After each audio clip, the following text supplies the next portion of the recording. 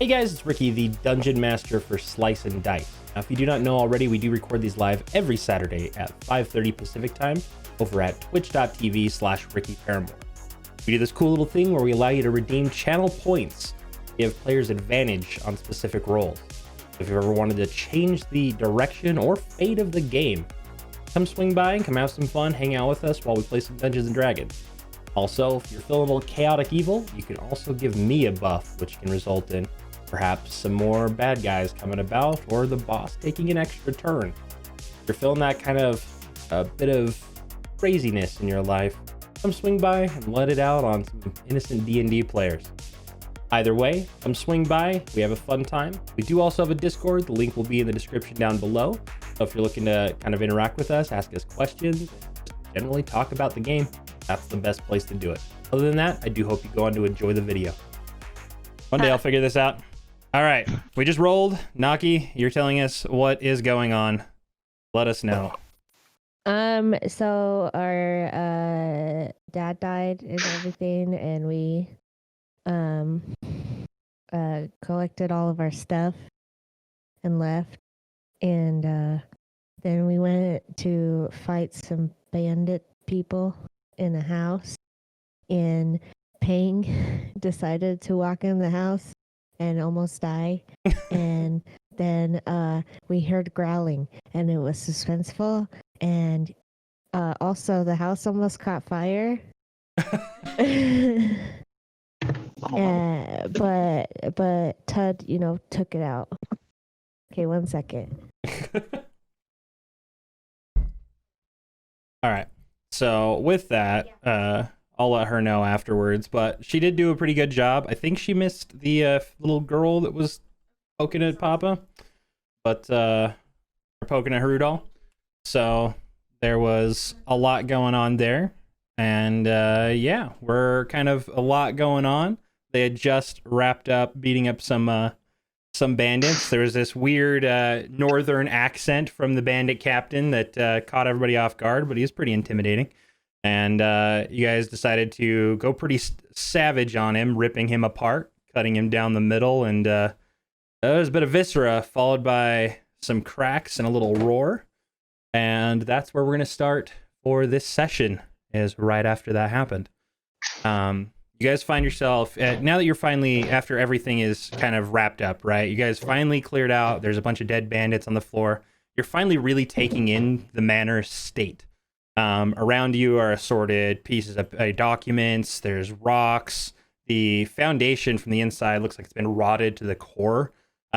Seemingly too fast for how much or how long it's been. It's only been a couple of months of, since their disappearance. So it's not like it's been, a couple of years, but quite a bit has kind of gone down, unless it was just in this state the entire time. But this whole area that you guys are in the northeastern district of Aros is a pretty well kept place. Like, most of the people that are here, tend to their stuff. They have fairly nice houses. I mean, as far as everything concerned, when you go up to a manor in this district, you're typically seeing a well kept place. It's typically a very well kept place, and that's something that is really jarring to be in here. It is a place that was abandoned, but it is just very unkept. As you kind of pan around, you see a mantle, you see some fungal growth out of the floorboards, and where you heard that little roar, it was kind of from the from where you're kind of coming from. This is about the east or the western side. The western side, for those of you looking at the map, is on the right side. It kind of emanated from beneath the tables over there. So you just hear the as it kind of just travels throughout the building. And you heard a bit of crumbling and creaking from below, and you hear a bunch of dirt kind of as it shifts below. The floor kind of shakes, and right as that happens, you hear a of thunder out in the distance. And right as that happens, you just hear the pitter patter of rain, and it starts to rain down really hard. You start to feel drops going through the abandoned ceiling as it hits you on your foreheads. You're all kind of gathered around the body of the captain, and that's where you find yourselves. You're currently in this main area of the home. Bunch of scattered pieces.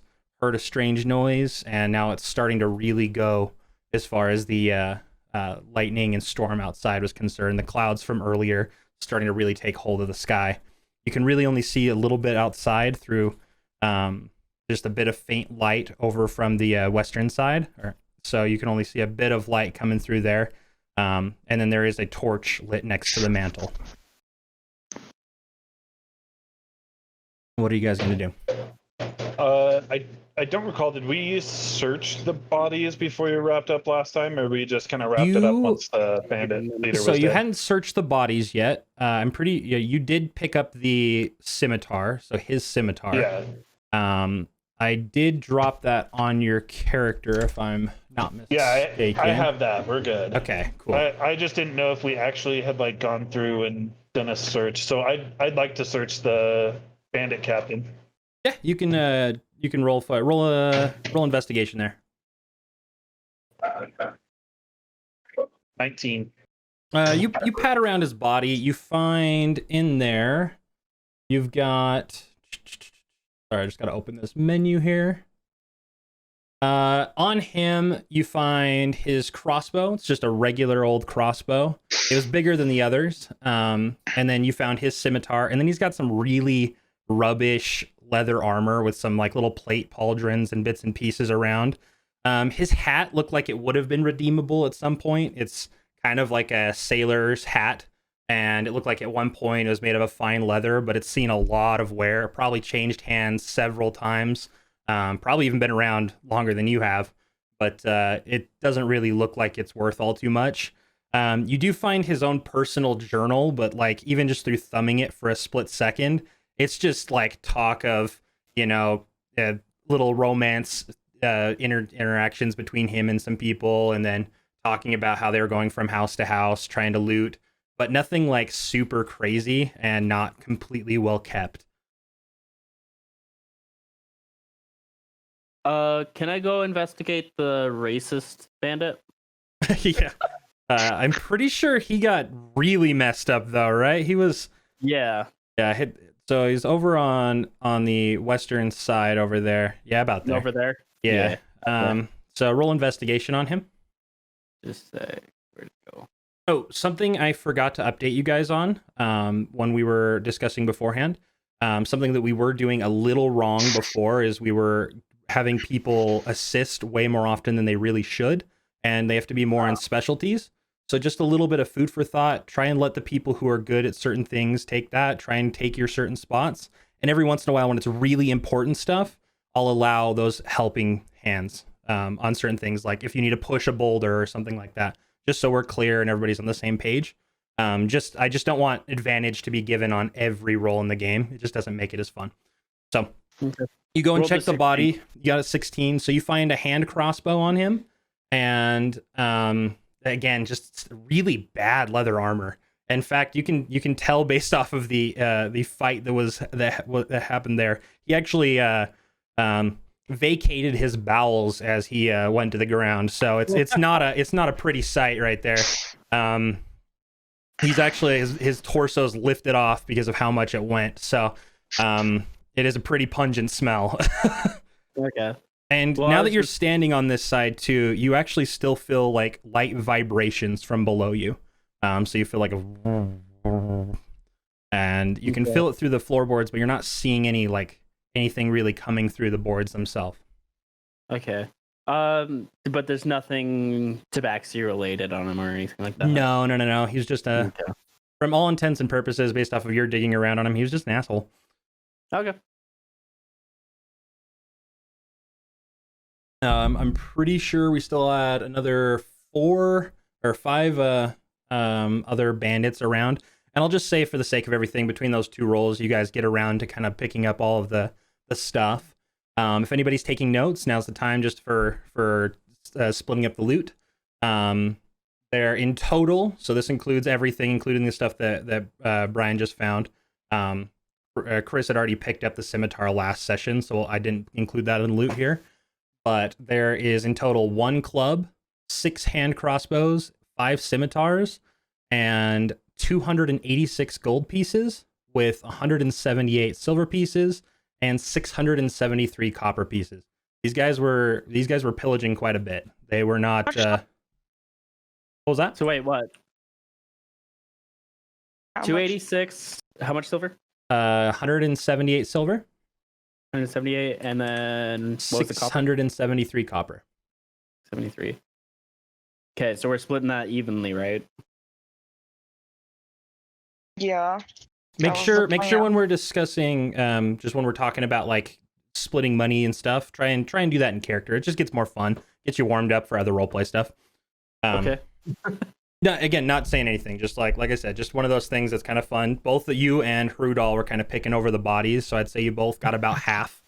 So you guys are kind of picking it up while everybody else is kind of working on their own stuff and kind of. I mean, at this point, you guys have killed all of the targets in the main area, but you haven't really checked any of the other rooms. So, And I'm just gonna just say, hey guys, everybody, I'm just dropping this on the table. Let's go ahead and divvy this up.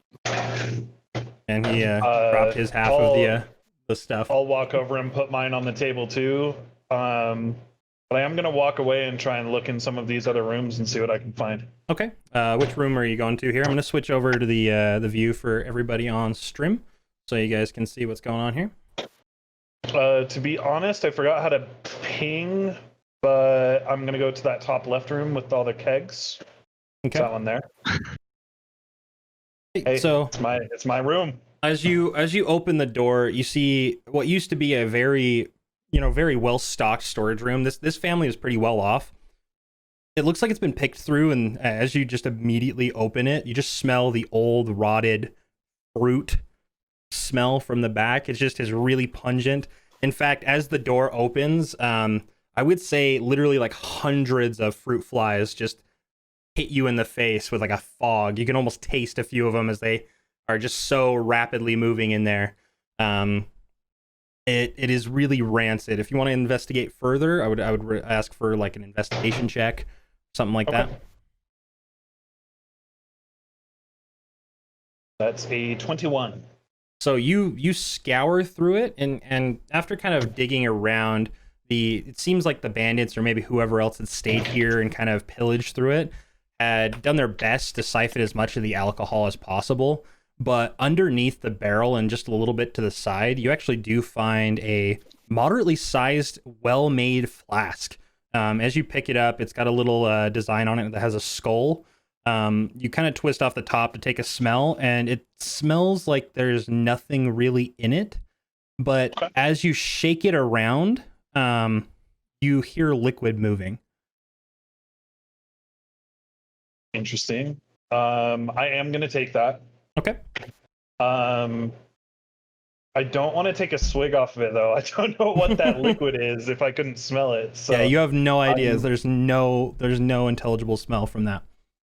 I'm just gonna like tuck it in one of my jacket pockets, just like leave it be. Okay. For the time being. So.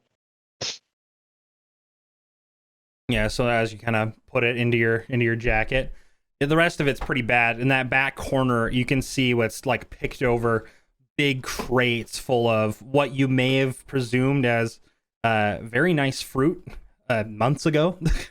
And that is not something that is commonplace. So it's definitely something they paid a good amount of money for, and unfortunately went to waste. Everything else seems to be looted though. Okay, I'm gonna step out of the room and hey Todd, there's some food back here if you want some really good smelling fruit. There's some good fruit in there? Yeah, there's some good fruit in there. You better go check it out before the others sneak in there and get some. Roll deception. Oh, I want some. Roll deception. Okay, hold up. Okay, maybe I don't say that yet. That's a 4. You take that how you will. How would Todd react to that poorly convincing? Are you sure it's good fruit? I mean, Todd, it smelled really good in that room. So, I mean, at the very least, you might want to go check it out. Okay, well then I'm gonna come in here and I'm going to check it out, so to say.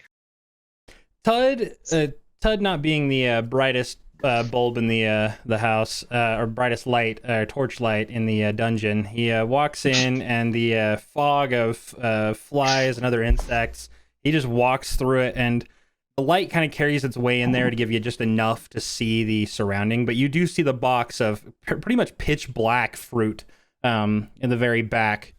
And I would say, even for you, you look at it and go, "That looks like it's bad."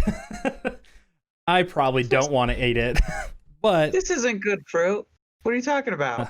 Oh, I mean it looked good while I was in there, but maybe I just wasn't paying close enough attention.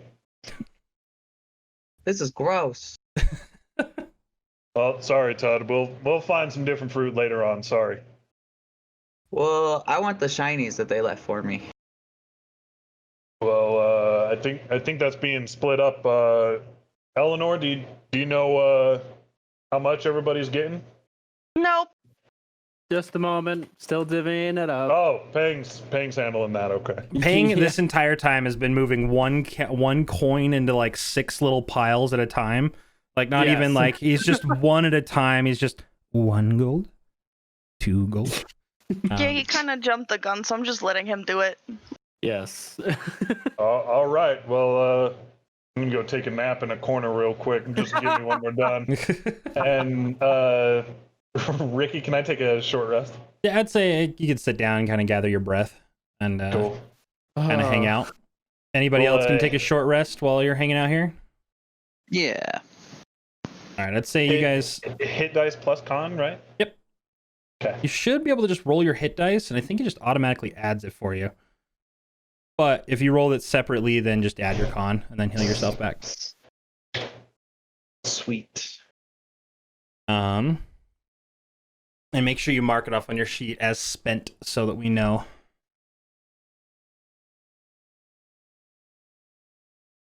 So I'll say, as this all happens, you guys all kind of gather because there's the torch light. The only light source they had here was around the mantle. So you guys are all kind of hanging out next to the light. As you guys are kind of sitting here for a good hour, the storm begins to pick up. It goes from just a little shh and the occasional booming thunder to the point where it is just pouring outside. In fact, you started fairly early, and it's only been, you're probably sitting right around 1 p.m. at this point. It is near pitch black outside. The clouds are so thick and full and potent. It is just pouring on the ground outside. And as that happens, you're starting to see the leaky roof, little pools around you start to kind of accumulate. It makes getting the proper rest you need a little difficult, but you are able to kind of scramble it together as you all seem to found these little spots that aren't getting anywhere near as soaked. As that happens, though, you guys are hanging around the mantelpiece. You do notice that above the mantle, it's not depicted on the actual piece, there is a what looks like. Yeah, let me fix that really quick. Real quick while you're fixing that. Hey guys, I've got this kind of split up now. Just wanted to kind of see what you guys think about doing a party fund. Since we did damages before in the tavern, I figured we might want to put this in some trusting hands. That way, when we damage stuff in the future, we don't have to worry about it coming out of our pockets. It could just come out of a fund. Well, Pang, that sounds like a great idea. Perfect. So, Eleanor? Who's gonna hang on to that? Oh, well, I was going to vote for you. What does everybody else think? I'm fine with her holding on to it. Because I'm just saying, y'all are all bad with money. Hey, you haven't even seen me with money yet. You didn't even give me any of that silver last time. So, yeah, I and mean, we already spent most of it. Hey, a lot of that wasn't even my fault, okay? I only broke one glass, and then everyone else had to go and break as many glasses as they could find, okay? Especially I'm- I thought it was Pang. a competition. I'm just hiding my face because I messed up. But Eleanor, they're my shinies. As this is all happening, you see Naki has actually just like sat down, and she was normally playing her music. You're used to her just kind of constantly strumming her lute. She's just kind of fallen asleep in place, and she's kind of rocking back and forth. and she's in this like perfect spot where there's no water touching her, but she's just cross-legged, just so. Well, since Naki's asleep, we're just gonna have to put that away for her as well. I mean, we could just go over and just put it next to her. I think she'll understand that there's that money there for her. Is her bag still on her? Yeah, it's all of her stuff's just on her. She just sat down while everybody was resting and then just fell asleep. Maybe we should just dump it in her bag so she has a nice surprise to wake up to. That's exactly what I was thinking, but we don't put it in the coin purse. We just dump it right in the bag so it jingles everywhere she goes. Put it in the coin bag. No. I think this is a great idea. So did you take it? Is anybody going over and I'm just walking over and dumping it right into her backpack. Roll sleight of hand. Oh, God. And okay, so for the people that can't see it, I did 16. divvy it up. It's 40 gold per person with 46 in the reserve, 25 silver per person with 28 in the party fund, 96 copper per person with 97 copper in the party fund. So that's how I divvied it up. Put so that. you can keep track of your inventory. Put It's that it's in the chat. Okay. I was just gonna make sure so that way, when Lexi gets back, she can get that all put in. I would say that you actually are able to. Naki, despite not being in like the deepest sleep, she is rocking back and forth, and you kind of watch the rhythm, and you drop a few coins, and you just hear the as it jingles in down into there, and you win it again, then you drop a few more, then you drop a few more, and then you empty your hand, and then you kind of like wipe your hands and move back, and everybody's just staring as her backpack is just slightly open so that you could drop the coins in, and doesn't seem to be the wiser of it. All right, now nobody say nothing. This is gonna be nothing about great. Exactly. Hey Todd, here's your share. My shinies. Yes, Oh, all of Lord. these are your shinies now. Okay, I'm gonna walk over and grab my shinies and then run to the corner over here while I hoard them in my backpack. I was gonna say, does Tud actually have a backpack? Or in my pocket. or does he have just like a Throw them all in In the my pocket. pocket. does he just have like a sock strapped to his belt that he keeps things in? Like, I All the shinies. don't imagine Tud to be the guy who actually carries a proper backpack, at least not yet. So No, I'm just dropping them in my pockets. yeah, he's just got his pockets just jing jing jing jing, jing. And as that happens, just take note that you have disadvantage on stealth checks. Fun. Okay. His bare skin still just kind of dragging over everything because it's still a bit too long. It might be held up now, but it's still just like you hear it just dragging over the rocks, dragging the occasional thing with him. You hear it's just everything carries with it because he's basically sweeping the floor every time he moves. Everything's clean. Yeah, it's surprisingly clean on the rug now. He's just wiped the whole floor. It looks like he was intentionally cleaning it, but No, we know otherwise. I would say at this point, as this is all going on, I would say, Varian, you were just hanging around in the back, right? You notice there is a, sorry, let me get my notes. I'm not as prepared as I normally am. Wait, you're prepared? Wow, that's pretty... Whoa. We've been going for like 20 minutes. I like how Already the she's giving shades me going on. shit, but like, I'm probably one of the better DMs that you all know, so eat my ass. You and Eleanor, after kind of dealing with everything and just kind of hanging out, and everybody else kind of doing stuff, Rudolph's resting, Pang took way too long to count coins, so he wasn't caring about a lot of stuff. Naki's asleep, and Tud's just Tud, so he's doing his own thing. But the two of you, seeing as you kind of your attention draws over to the mantle, you do notice a very unkept buck trophy is mounted to the wall. A what trophy? It's a buck, like a large buck. The head is just up on the wall, and you can see there's a bit of rot and a bit of webs and things kind of going. And Varian, from your angle, you actually see the right antler actually seems to have a slight indent on the antler itself. You notice that there's just a little bit of a ridge that just looks like it's not right. It doesn't look like it belongs there. It looks like the antler was either removed and put back on, but it just kind of catches your attention as you're sitting here for an hour, just kind of relaxing and looking at things and probably sharpening your blades. Eleanor, you do notice that same thing. You notice that the right antler itself seems a little out of place, maybe kind of slightly tilted, just not in the perfect shape it once would be. Okay. Is there like a chair that I could pull over? Like how tall is it? Oh, it's up there. It's high? probably a good, to get to like holding the antler, it's probably like 8.5 feet up. And to get on top of the mantle itself has a bit of room on there, probably even almost a good 5 feet in depth. But that is like right around 6 feet. So there's a little bit of clearance above that. So you could probably just scale it. It doesn't seem too intimidating. You'd probably just want to either get a little bit of a boost from somebody or maybe pull a boulder up next to you.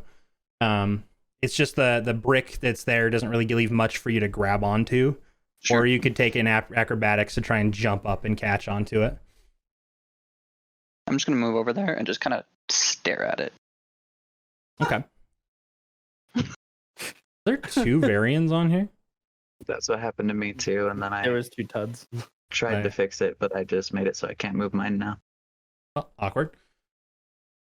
Yeah, it's just delayed. It'll catch up.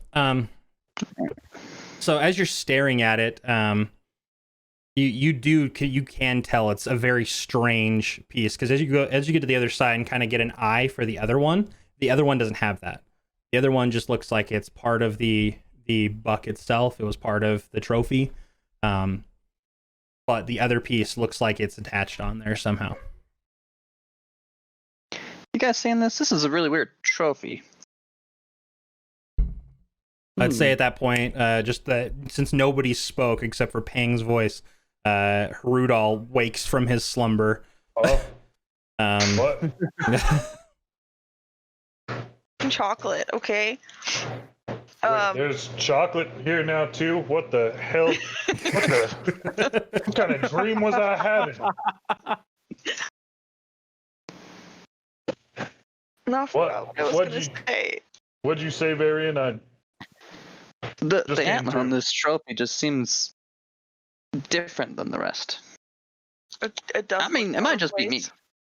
I'll walk over next to him and kind of take a look at it as well. You said it was like 10 feet up? It's like 8. 8 feet up to get a good grip on the antler if you were trying to like grab or touch it. Do you guys want me to go up and fix it? Seems like it's kind of Yeah. high up there. Yeah. I mean, I don't think I can finesse that. You might be able to do I it. mean, especially with Varian I here, we can probably just grab your feet and just toss you right on up. You're a little nimble thing. roll That's a good idea. roll persuasion on him. Oh no! I just want to see if he can convince you to allow you to kind of chuck him up.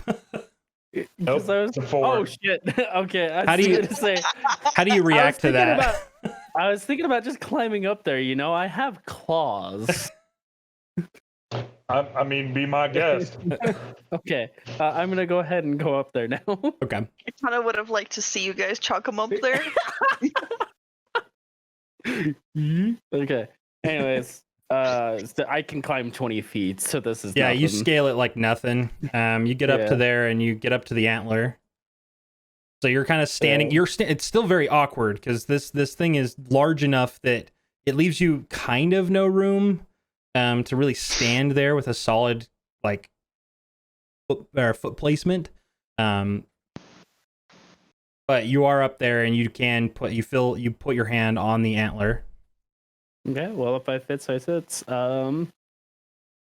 Should I try moving it back into place, you guys? You think? The lever, Kronk. As Who's Kronk? Okay, yeah, who's crunk? Crunk. As you kind of pull on it, you notice some resistance, and then you push the other direction, and you hear, and and the fireplace, you hear a as the fireplace just slowly descends, and as it hits the bottom, you hear a and right in the back, you see a wooden ladder just hanging right in front of a small shaft. It's very dark though, like pitch black in there. Guys, it's really dark down You can't there. see it. You're still up there. Oh, I can't see it? Okay.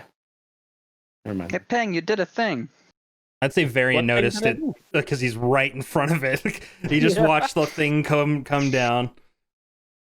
Okay, what thing? I'm gonna jump down and see. Well, I mean, like this fireplace, just like, I don't know, it looks like there's like a ladder here. It goes somewhere.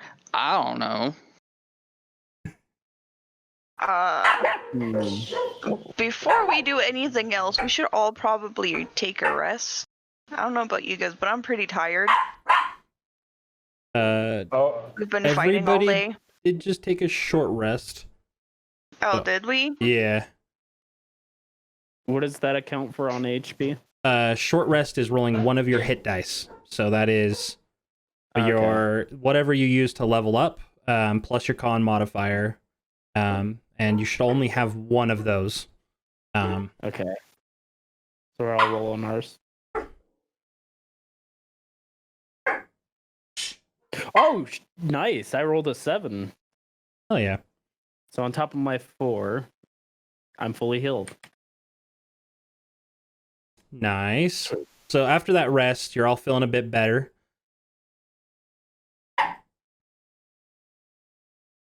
Who else Well, hasn't before we go scout this out, did anyone check the other rooms in the house? I checked the one with the gross fruit. But how about the other ones? Nope. Which one was the one with the gross fruit? Top left, the Top one with the left. kegs. Okay. Should we check those just to make sure there's nothing hiding in here? Seems like a good idea. I'll go check Yeah. this one. Everybody refresh your map really quick. That should fix How do I- it. How do I do that, Ricky? Just hit the little X on the map. And then I'll share it again.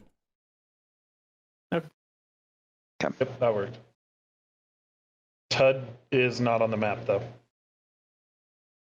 I told you my token disappeared on mine. There he is. He's There back. we go.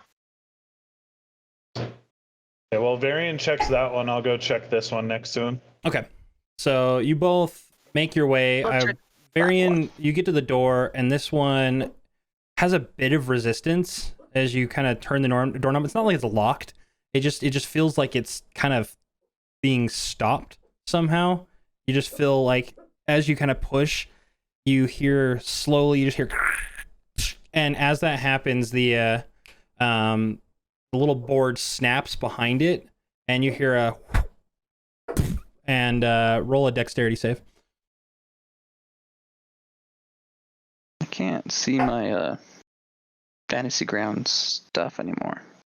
It You might need be under the to- map. Hit the little arrow in the top right to put that as like the back, I see. and then you should see all your character menus and stuff.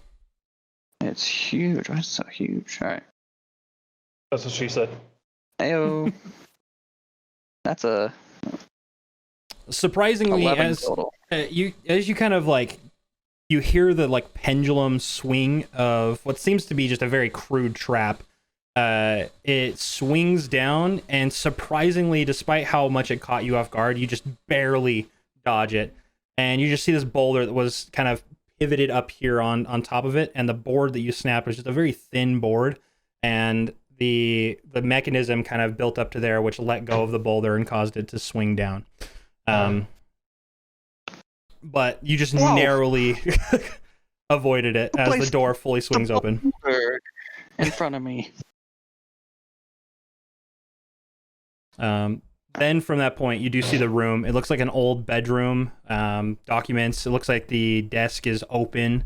You see again more debris sitting around.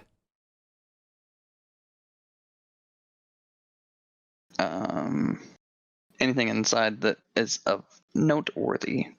From just a basic look around the room, nothing without a little bit more of a, kind of search around the room. If you want to roll would like to search investigation to around the check. room. Yes, please. This is a -1 to whatever this is. 18 total. You kind of dig around, and as you kind of thumb through some of the stuff, you actually notice that underneath the bed, because you're doing a fairly thorough search, you open the drawers, you dig around, you're seeing like old documents and a couple of really unkept books. But what catches your attention is underneath there is a board that is actually kind of pushed aside. Looks like it was lifted up and kind of moved. And the blanket that was draping around just seemed to have covered it enough that it seemingly looks to be untouched. As you kind of move the blanket around, you see underneath this little plank, you see a couple of golden rings. And they're just kind of sitting in this little spot like it was a secret stash. Just some dirt underneath, but they look like they were kind of thrown there in a hurry. Dope. I grab them. Cool. You grab those, and nothing else seems to be of attention. You do find some nice rocks if you're into rocks. Rock on. Todd, rocks? I will go to Todd. Hello. Todd, you like shinies, right? I love shinies. Bro, check this out, and I'll hand him the 2 golden rings. I got even more shinies to add to my collection. That's what I'm saying. Oh, you're the best. I mean, And I'm gonna take those shinies, snatch them out of his hand, and just throw them in my pocket with my golden stuff. He just chucks them in his pockets. Now we move back to Hrudal, who was checking the other bedroom. Yeah. The door just swings open like normal. Okay. Inside, you do notice that this seems to be the place that if they were crashing here, this is where they were staying. At least most of them. There's little spots, like a couple of the little rocks on the ground have old pillows and maybe some blankets propped up against it to make it look like they were sleeping here. As you're kind of panning around the room, you can tell that it looks like the captain must have taken the bed, because there's just, not depicted here because I only have so many resources, but there's one pillow and the main blanket. So it seems like he just took the bed and made everybody else sleep on the floor. You do see a couple of little tables next to the side. Other than that, if you want to dig further, you might want to investigate a little bit more. Let's do it. Say 17. Wow, you guys are rolling good tonight. As you kind of dig around, you do kind of get around from thing to thing, but as you kind of go through the normal stuff, you check the little tables, you check the little what used to be like a dresser where they kept clothes. There's still a couple of like tunics and different pieces of normal clothing that's in there. But as you get back to the bed, you notice that the pillow itself has like a couple of little bumps on the top, and you just kind of pop it open, kind of keeping a distance because you're doing a fairly thorough search, but you're not dumb. You kind of use your scimitar just to kind of pop open the pillowcase, and as you do that, you find 6 gold pieces. Your mic is on mute. Your mic is on mute. I'm gonna go ahead and just add that to the stash. Okay. So you just put the coins away. Yeah. It's only 6 gold. And then Someone needs it, I'll give it to him. And then while this is all happening, Eleanor is going to check the last room. You open the door, and this room is darker, like solid. Like you're getting a little bit of light from the torch here. That torch is fairly faint, though. Do you have dark vision? I do. Okay. So in the room is just a very dim room. I'd say as you take a step in, you feel a tug at your ankle, and you hear just a little, and as that happens, you hear a little thing dropped on the other side as glass shatters, and a little boom of a fire starts at the very end. It looks like it was a misplaced trap or like they were working on it, but it's just this little fire at the opposite side that is slowly growing and is now kind of giving you light in your room, but it wasn't over you for some reason. Oh. Okay. Well, I'm gonna investigate the room. Okay. And hey Todd. Yeah. There's another fire over here. So when I'm done looking at the room, if you wouldn't mind putting that out. As you say fire, Naki wakes up. You don't want me to do it right now? You can do it right now if you want. Okay. I'm gonna run in there right past her like she wasn't even there. Of course. Yeah, you get pushed to the side as he just bolts in. Yeah, you see at the very end, it's growing fairly quick. I mean, the wood in here is fairly dry, so it's starting to spread. And then I'm going to cast Ray of Frost on it to try to put it out. You surprisingly, as you rush in with the just the intent of putting out a fire and just feeling this rush of adrenaline, you bolt in and your staff, you see these ice crystals form as it shoots a burst of ice just right onto the fire, and these crystals form, and it's probably the biggest foray of your magic you've seen as it covers all of the fire, and then there's just a wave of cold air emanates from it. So you just kind of feel a little breeze of cold. Eleanor, you even feel it from there. And Naki, just from your peripheral vision, you see in the inside of that room some of your favorite little ice crystals just adorning the back of the room. Ooh, sparklies. Good job, Todd. Proud of you. See it? I put it out one try. One try. I saw that. I'm really proud of you. Good job. I forgot to mention that the whole time he was running, you just heard in his pockets as he's just booking it. And I would actually say, because you ran in there full force, you probably dropped 5 gold pieces, a couple of copper pieces on the ground. 3 gold pieces actually slipped through the cracks of the boards. You are able to recover the rest of it, though, so you did lose a couple of gold from that. You didn't notice. Todd didn't notice. Eleanor watched it happen. Oh. Hey, I have 4 shinies for you. You got more? Yeah, right here. I'm I gonna can rush have over. The shinies that dropped that I found. I'm gonna take them and put them back in my pocket. I'm gonna fill those rings again. I'm gonna bring them back out. And do I notice anything special about these while I'm staring at them now? About the rings? Yeah. You notice one of them is just a standard gold ring with what looks like a pearl in the center. The other ring, well, for you probably determined it's a gold ring with a white dot in the center. The other ring, as you look at it, from the books that you read as a kid, you do see a what looks like a little skeleton formed around, and you see 2 red, what looks like crystals kind of sitting there from the actual center of the ring. But for you don't gather anything from it. Hey. Jesus, Loki. Loki! Bark at everybody all the time. We have a plumber over fixing something, so. And I'm going to obsess over my new shinies, my 2 rings, as I slowly walk back out the door to the group. Did you? I'm gonna go ahead and investigate the room now. Are you just holding them, just so that we're clear? They're in my hands. Okay, so you haven't put any of them on, right? Not yet, no. Okay. I'm just holding them. Okay. So Eleanor, you investigate the room finally? Yeah. Everything is a Maybe. spectacle with this party. It really is. How do I... Oh, wait. Oh. There you go.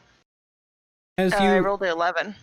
As you kind of start digging around after Todd kind of did his stuff, and you kind of tried to get the other gold pieces out, but it just seems like too much work, and you couldn't be bothered ripping up an entire panel of flooring for a couple of gold pieces, and you don't even know if they'd be accessible from down there. You do notice some crates that had some, at this point, very expired, rice. It's just like old and looks like something had been trying to eat at the bag inside of the crate. The other crate you pop open with ease, and it looks like it had been searched and just kind of closed again as if it was going to be used later. You do find a simple like kitchen knife, what looks like it would have been used to just kind of cut some things. And it looks like it's in pretty decent shape. It just looks like it was kind of tossed around as they're looking about. You do notice that one of the barrels, as you kind of like touch on it before you open it, you feel liquid moving in it. You can't really tell from that side if that is a barrel that has water, ale, anything else, but it does feel like fairly full of liquid. Can I open it to smell or taste the liquid? Yeah, I'd say you could. I'd say you pop open the top of the barrel. You kind of push it up on its side. It's this barrel right here for reference. You kind of prop that barrel back up, and you pop open the little hole to kind of get a whiff, and roll a I don't know what this would be. Roll a survival check. Oh, Lord. Hey, a 7. It smells like booze. It just smells like some good old ale. I'm gonna yell the part. I found ale in here. I start running there. I knew it. As you turn around, after you yelled it, you see the whole party around you. Peasants. Oh my gosh. Literally everybody like breathing down the back of your neck as this all goes on. Naki runs in, all jingling. Well, What was that, honey? I guess you guys want some ale then. Oh, did you not go in there? No. Okay. Naki just stayed outside. I just am looking at the sparkly crystals. But that's in the room with us. Yeah, they're on the Yeah, but I'm not like running up to you about the ale. I don't care about it. Sounds good. So you guys all kind of gather around. You guys have like basic canteens on you or anything? You don't seem anything really cup shaped here. Can I take that flask back out and try and dump out whatever that liquid is that's on inside of it and just fill up the flask? Yeah, as you turn and dump that out,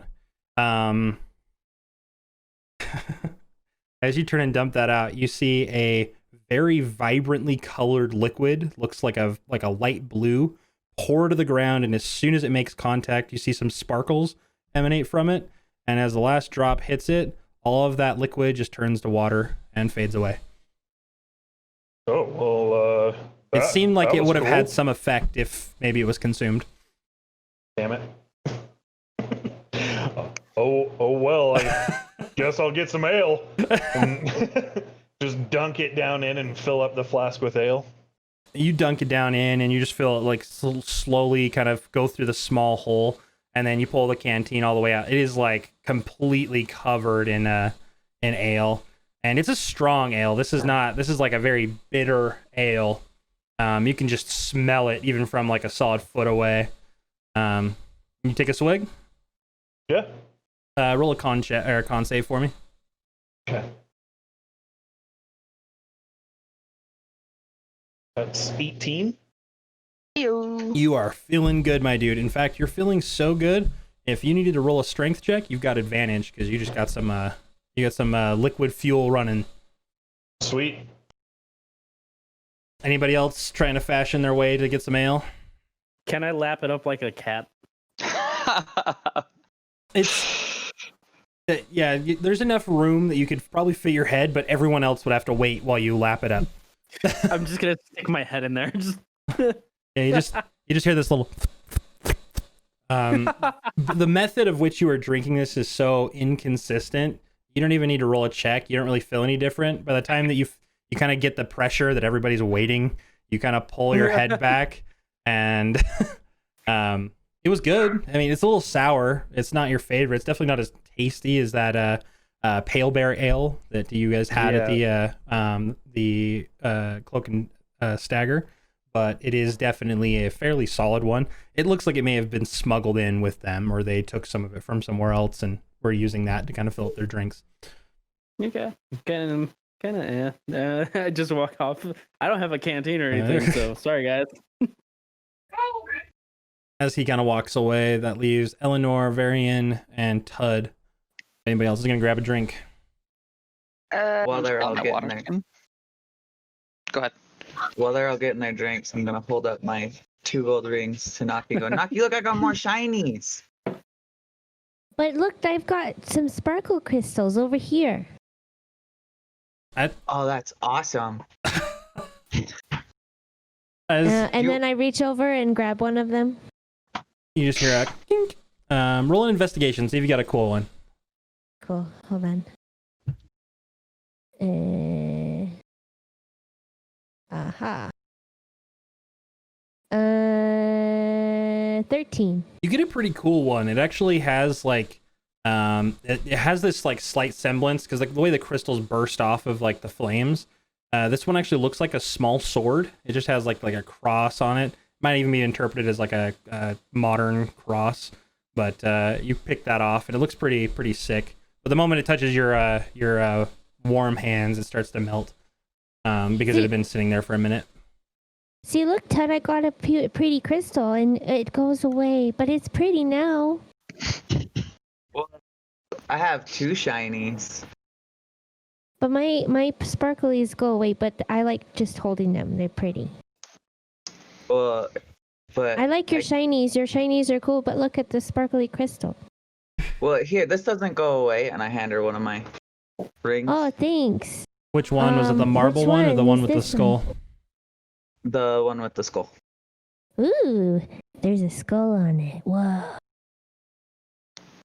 Look, they're round. I think they'll fit on our fingers. Oh, yeah, probably. It's probably a ring of some kind. I don't know. And then I put it on because she told me it was a ring. You couldn't fashion it to any of your regular fingers. You had to put it on your pinky, but you put it on, and it's just a nice ring. I'm going to put mine on, too. Be like, whoa, there's a skull. This one is a fairly decently sized ring, so you put it on your pointer finger. What you could put it on almost any finger except for your pinky or thumb. So which one would you put it on? My pointer. Okay. So as you kind of squeeze the ring on, the moment it kind of sits in place, the eyes illuminate, and you feel a surge of pain as the ring kind of sinks itself into your finger, and you roll a Constitution save. Okay, hold on. Mean Pete.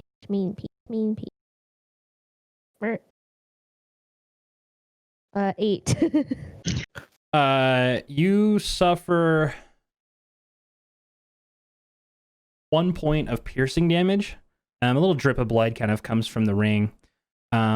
Its eyes have illuminated. You feel like something kind of going in, like some sort of magical presence, but you don't really know what effect it has just yet. You felt the pierce, and you can't manage to get the ring off. Ouch! Tud, your ring it bit me and it's hurting. Let's try to take it off. I can't. It won't. It's biting me still.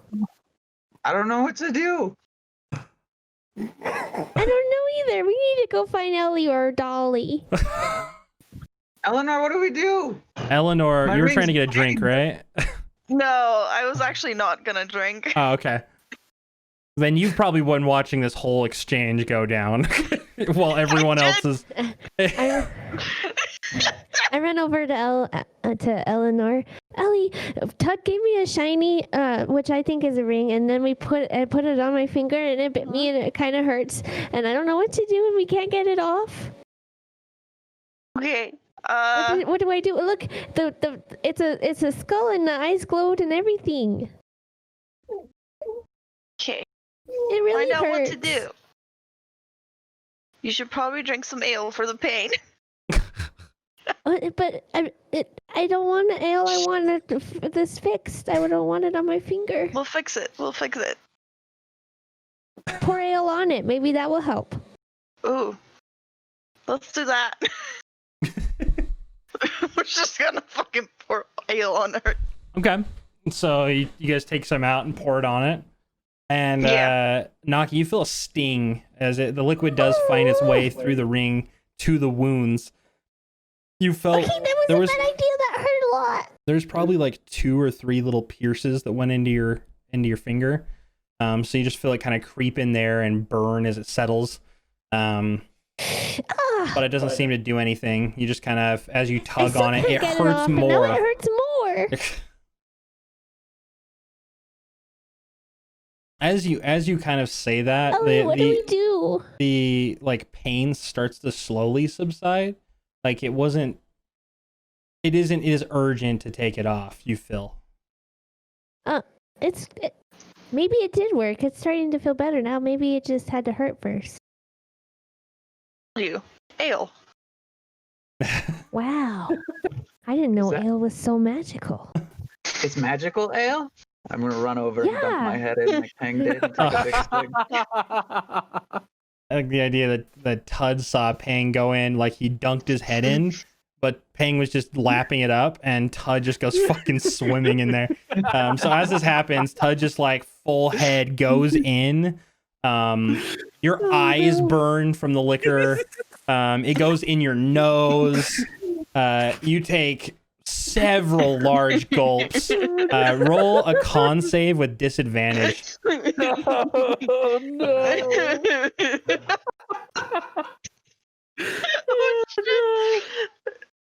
Oh, 13. Tud is fucked up. He pulls out of that, and he is hammered, dude. Like he doesn't feel it at first, but he kind of walks away, and you just notice him like slide to the side. You hear jingling of coins, and in fact, another 10 copper pieces fall out and scatter to the ground. Oh my god! Stop making it was funny.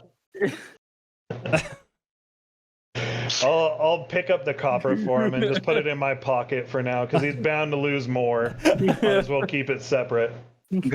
Guys, this is good stuff. As this is all going on, Magical, right? as this is all going on, you hear a, and the floor shakes, and the torch that was lit flickers out, and you hear from the like the far dark depths of whatever that hole is, you hear as it kind of echoes through the house, and then you hear some like various like as it's like kind of clicking down there, and you hear like a rush of steps, so just like as it runs away from that little trap door that you guys seemingly found. That was, And then I scream, and then I go run behind Ellie, and I'm like, the lights are out. Did you hear that big noise? And also the ring is still on, but it doesn't hurt anymore a lot. But I don't know, but what do we do? I think your mic is Hello? muted. Hello? No, I heard her. Okay. He's I don't know what to say. Ellie? Are you there? And then I I'm reach just out and gonna try to hug touch her. Oh. I'm gonna hug her. okay. I get scared of the dark, so I am going to cast. Where did it go? Dancing lights, and make a bunch of torches around the room we're in. As that happens, you hear as a bunch of little lights kind of emanate around him. They're just these little orbs of light. He kind of tried to make them look like torchlight. So despite the fact that you could just make a more constant stream of light, they kind of flicker in and out with like an orangish glow. It feels very natural. The dark was scary. Oh, Well, that's all happening. Yeah. Can I go over to the trapdoor fireplace thing and try and peek my head down and see what I can see? Yeah. Do you have dark vision? I do. You see a ladder that descends probably like a good 40 feet, going down, and even with your dark vision, you can see the very faint outlines of what little light is traveling. It just kind of shows like a stone floor. the actual hole is all this like nice cobblestone kind of mix as it kind of moves its way down. But the ladder Okay. looks fairly stable. I'm gonna turn back to the party. Hey, I think that noise is coming from down here. Should we go check it out? We still don't know what happened to these people. Yeah, I would suggest we go down there. We should probably check for traps on the way down, though. Yeah. Seeing as some of these rooms were.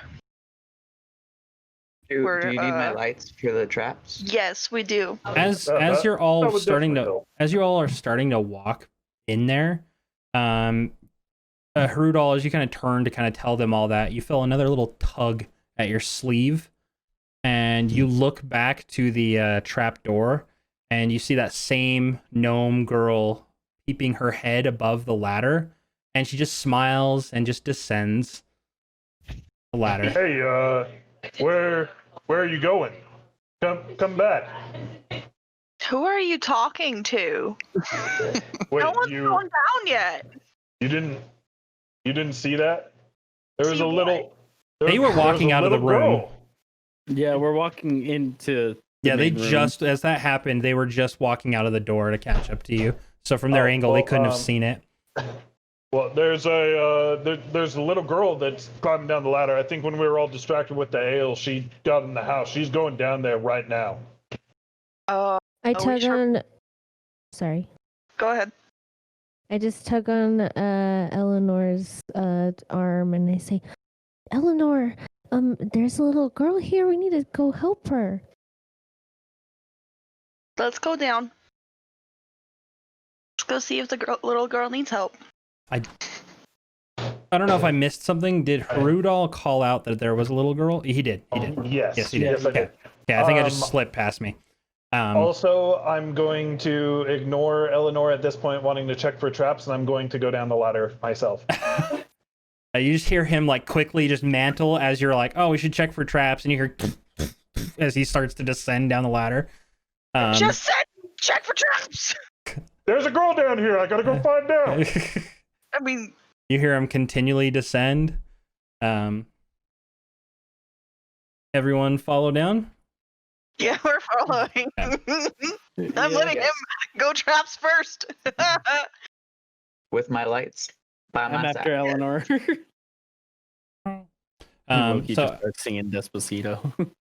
as you guys get down here, Harudal, you get down first, and you take a quick glance around, and you said the lights came down with you, right? So everybody should be able to see as they kind of fill the room. Yes, sir. Take a perception check as you kind of hit the bottom, Harudal. That's a 10. Okay, so as you get to the bottom, you do notice just around you, you see a few different things. You see some old like bags that look like they had old rice grain that are just kind of sitting here rotted. You see spider webs kind of going over.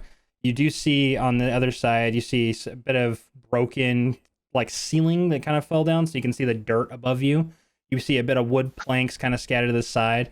And then over at the other side, you see a very dark liquid. And there seems to be an old body that is just kind of sat out with the flesh that had rotted off. And just kind of stuck in it. And you do see a little, like what looks to be like a wine bottle that is also seemingly stuck in it. And then there is also a hole that you cannot see the bottom of as you kind of glance down. Yeah. Okay. No sign of the little gnome girl. Nothing. Just gonna move a little bit forward and try and peer down this hallway. Okay. So as you kind of move forward there,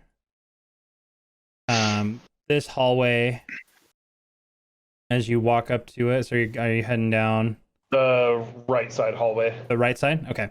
Yeah. So as you get there, you would need to get a little bit closer from your angle. It's actually, let me kind of follow the camera here. There we go. As you look down it, you see a very different structure of the ground. You see a lot of like different plates kind of moving down. It just looks like a long hallway and looks like there's a door at the other end. But there is a bit of blood kind of spattered about on there. Interesting. Okay. What is there anything I noticed with this other like hallway door room? That one looks like the same kind of tile work, but that one doesn't look like there's no blood on it. There's nothing blocking the other side. You can see some stones at the other end. Okay. I'm just gonna proceed down this right hallway then. The moment you step on the first plate, you hear as 3 little bolts shoot out. Roll a dexterity save. I didn't drop it in the thing. No, that was a. Oh, that's better anyway. 17. You rapidly kind of reel back as you see these 3 little tiny, like we're talking like sewing needle size, just patter on the wall.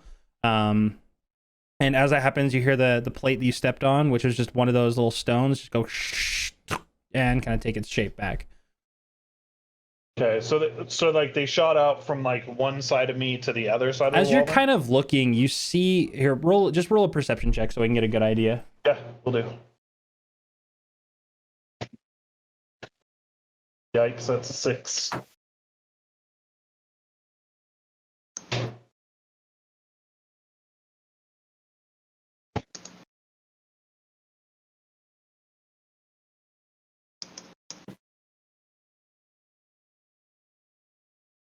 That's good. Sorry, just figuring out about the flood in my house. It's all good, dude. Where were we at? What was going on? Do you roll a perception I check? rolled a 6 for that perception check. Yeah. It is not like you get a good idea of just the first couple of feet in there, but you do see up and down from about, because this isn't like a very tall. We're talking maybe 8 feet tall is the top of this. And you see at various heights, just a few feet down, you see a ton of those little holes on the right side. You just see them scattered down the wall. Putting 2 and 2 together, you could assume that whole hall is riddled with various little dart traps. Okay. By this point, has the rest of the party reached the bottom of the ladder? I'd or say am I still the everybody at only this one down point here? is down. I would say whoever followed him first is kind of walking out, looking around, kind of getting a lay of the land. I was right behind him. And I was behind her. Okay. So you guys are just like walking around. You see Rudolph just reel back from the chamber he tried to step down. I'm gonna laugh at him and say, told you I should have checked for traps first. Hey, there weren't any traps until I got down here, so I think I'm doing pretty good so far, Eleanor. Okay, we'll see. Say that to the 3 bolts in the wall. But I mean, now that you're here, you want to take a look at these this little hallway? It seems to be traps all over the place here. Yeah, I can go ahead and look.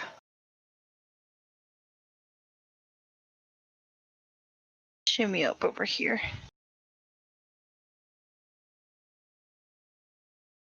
Okay, yeah, let me. Out of the way for you. It's not showing updated vision on your maps. Oh, he needs to turn his character. Turn my character. Yeah, like when you walk up to the spot when you turn your character. Oh, I have to move. Yeah, you have to move to That's see. cool. This is just more for like the camera for people on there. No, I feel it. Okay, I understand. So you're gonna take an investigation there, Eleanor. 1 sec. Because you heard it, but you didn't really like. You saw the stone, but you haven't like witnessed it work. Apart Right. from just a quick glimpse as you kind of got down. That's a 14. I would say just with your short sword, just kind of pushing the handle down and keeping a distance, you push the stone down with a bit of your strength, and you watch as the 3 that are kind of adjacent to it shoot a few more of those needles out. They all kind of hit the other side of the stone, and you hear just like a as the thing kind of raises back up as there's some sort of mechanism. But as you kind of look down, you see that same style is literally the whole floor, just step after step after step, and just adorned with it. You could tell that if you spent a long time kind of tinkering here, you could probably disable each and every one, but it would be hours of work to kind of go down this hall, going from one to one, trying to cover those little spots. And even then, some of them kind of worry you because you can see little other holes that are kind of between the cobblestones. So maybe some of them are decoys. It just makes you feel very worried looking down that hall. And there's no way to like mass disable it. Not that you can tell. Maybe not from this side. Okay. I'm gonna relay that information to the main character and be like, yeah, I don't think this is a good idea to go down this hallway. Like literally every inch of this is trapped. We would probably be better off going down a different hallway if there's another one. But I mean, look at the blood. That gnome girl came down here. She could be hurt. DM question. Oh, never mind. I should ask them. Does the blood look fresh or does it look dry? Oh, that is a good question. Oh, I don't know. Can I have a look at that? Yeah, roll medicine. Medicine, okay. That's 11. It looks like blood. It. Thanks. It's a good distance away. You'd have to get a bit closer if you really wanted to. Okay, can I like disable some traps to get to like the closest blood spot to like? You've got, based off of just what I'm seeing here, you've got about 6 tiles to do. So I would need 6 like tinkering tools trying to stop, or you could try a more blunt first way of trying to like put something in the little holes. Like some like, I almost said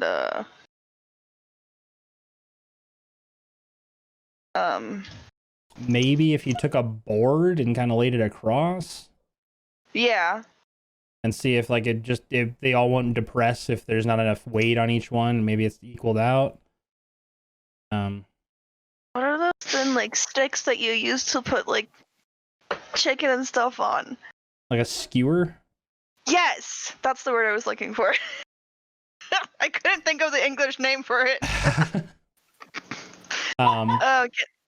Like, is there like a way to fashion like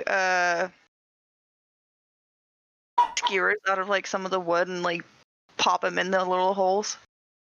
Yeah, it would take you a while. You'd probably spend I mean, to get all the holes you need to do, just be feeling confident, it would probably be a good hour and a half, 2 hours with everybody working on it.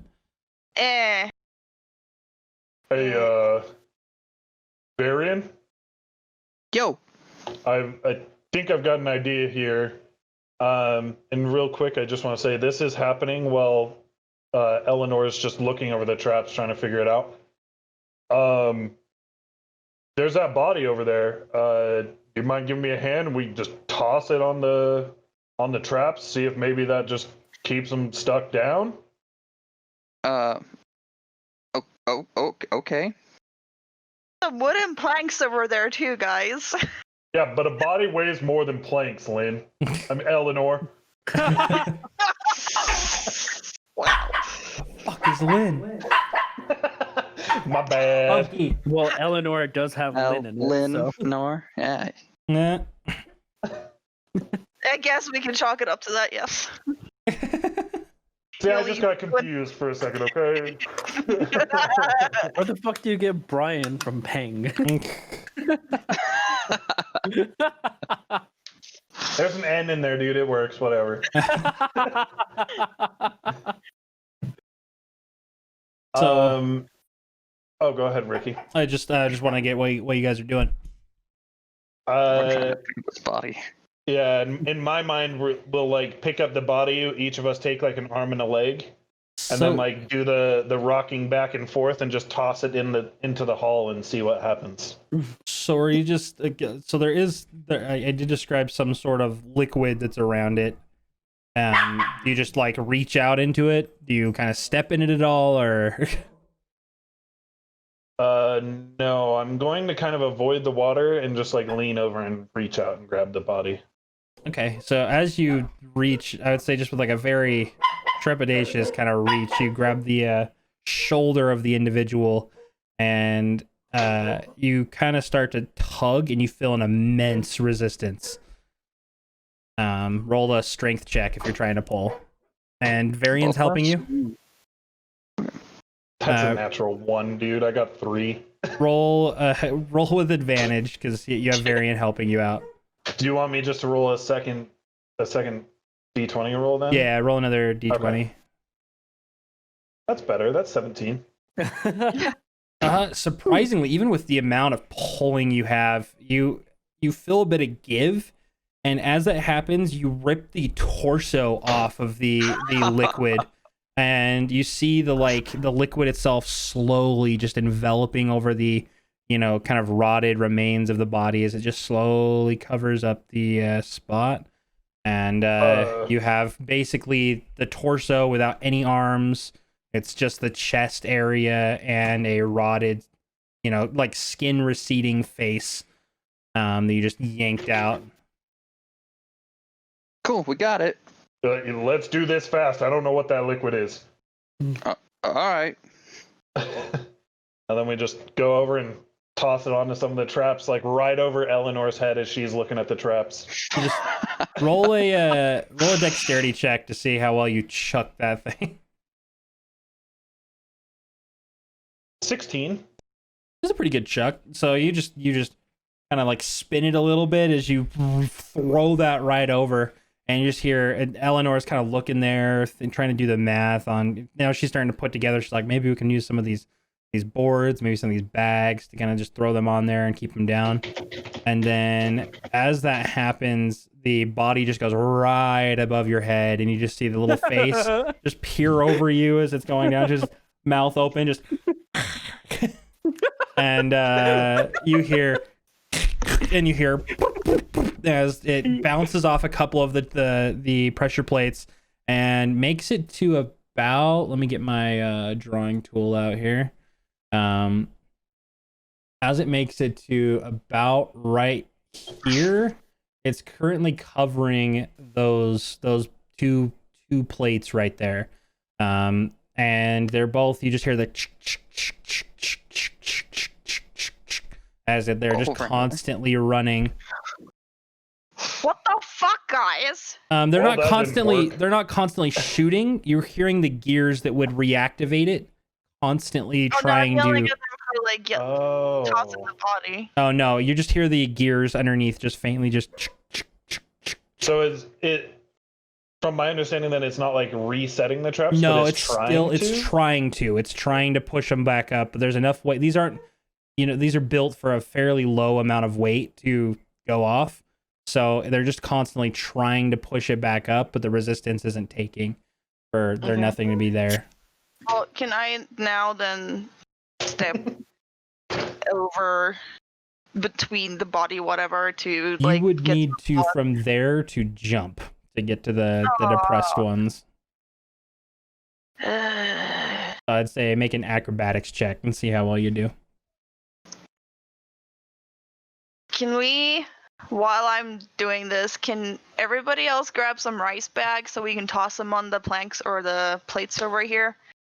And maybe some of those planks. How big are the planks, Ricky? They're about most of them are 5 feet. One of them is about 2.5. Okay.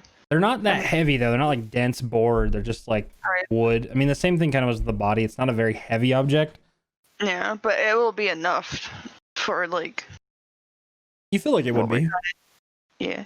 Yeah. Let's go ahead and just gather all the materials in here and chuck them on the plates. Okay. And then I'm gonna do this. Ayo, 23 acrobatics. So you can see there's a couple of boards that you guys chucked over. And there's like another rice bag right about here. You're able to, again, you hear just as it's kind of making you nervous as you move over, even with, how well you're doing. I mean, you're kind of jumping between, there's like one or two that haven't been depressed, but you're able to just kind of skip over. But you just hear just a chime, like they're working together. You hear as you're walking over these things. You get over to the blood and roll. I'm going to give you one more medicine check now that you're a bit closer. 14. Now that you're closer, it looks old. It looks like it, not necessarily like, months and months ago. It looks like a couple of days ago. Like it's a bit dried on the stone. And you don't see, remnants of bodies or anything else. You just see the blood spatters as they're just kind of left there. Now that you're kind of getting a little bit closer to, you do kind of eye up and you do see like the door itself. It doesn't seem to have a handle or really much you could grab. You kind of interpreted from farther down the hallway that there is like these kind of ridges to the side, both sides of it. And if you could get closer, you could maybe do a check to see if there's something to do with those. But as you're kind of gathering everything here, the blood is just it's a bit old, not fresh. Doesn't seem like it would have been the gnome girls. Yeah. Yeah, I'm gonna yell back at them and be like, yeah, this blood's just like a few days old. I don't think it's the little girls. All right. Well, that being the case, Oh, sorry. Yeah. That being said, we can probably take a different route. Yep, that's exactly what I was thinking. And I go down into this other little hallway. He just walks right through. This time, though, there was nothing that went off. You're able to go through successfully. Fucking A, bro. Fucking does not give a shit about traps. I need to find this girl. As he gets into here, you see here, roll another perception check as you kind of walk in. Okie dokie. That is a 16. You see around you see a bunch of scattered stones from just wear and tear of this long dormant. Now that you're kind of gathering it, you see a tomb. You see it kind of adorned with the figure of a woman on the top of the actual tomb itself. Looks like a very petite elven figure, just from the actual sculpture itself. And you see a bunch of boulders, but nothing else really catching your attention. And it looks like some heavy stone that is currently holding that together. Okay. And you guys didn't hear any traps go off, and you still hear everything. As you guys are starting to walk away from the traps, you hear and you see the bags kind of burst up, and the various boards. I'd say Eleanor kind of backed out because you guys were all moving away, so making sure everybody's safe here. But you hear just this like ring go down as they all kind of burst up from the plates, and they depress down again, but another wave kind of shot out. It seemingly might have a longer timer before it gets an additional push to kind of keep them going.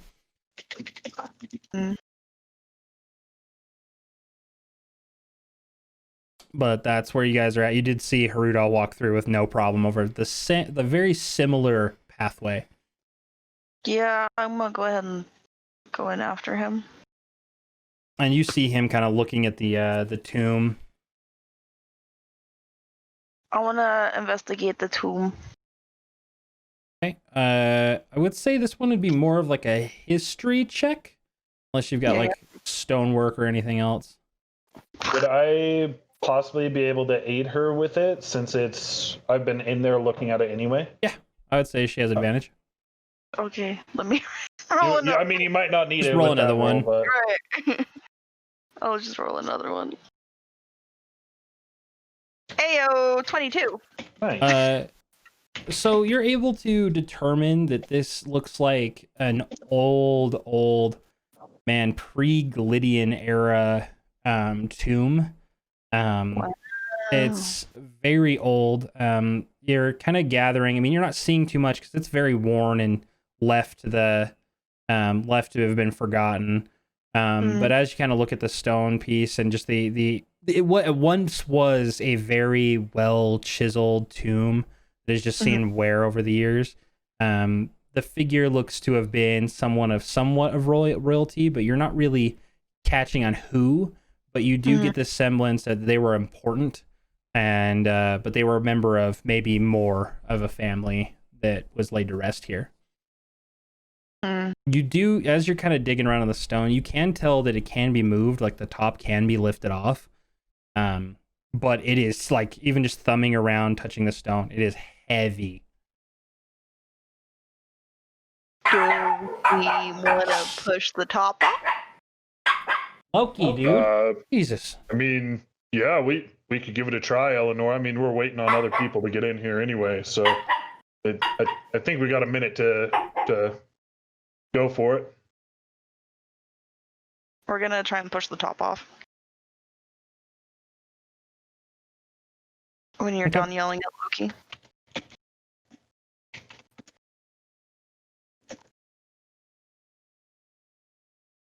All right. So who's all pushing on it? Me and Hordell. Rudolph. Me and Papa. Okay. So I'd say roll with advantage because you have someone assisting you trying to push the top. Do you want to roll or me? You go ahead.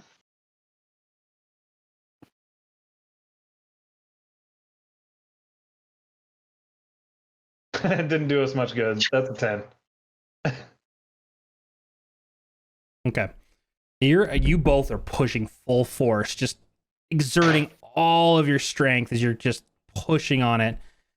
And it's not really budging. You get maybe half an inch after sitting there for a solid 2 minutes of just full effort. And kind of feel a little exhausted, not gonna lie. All right. That saddens me. I was really curious to see the inside. That being the case, I'm no longer interested in the tomb. Yeah. And I'm just going to walk into this next room. Oh shit! Actually, I totally spaced something. Eleanor, when you were looking at the tomb, you walked around to the top part of it, and right above where her head was, you see a pattern of symbols. They're not really important to you now, but you do see them going from left to right in a specific order, kind of matching a certain piece. All of them having your language. You have Elvish, right? I'm an elf. Yeah, yes. yeah. I'm just making sure. Sometimes people don't pick it.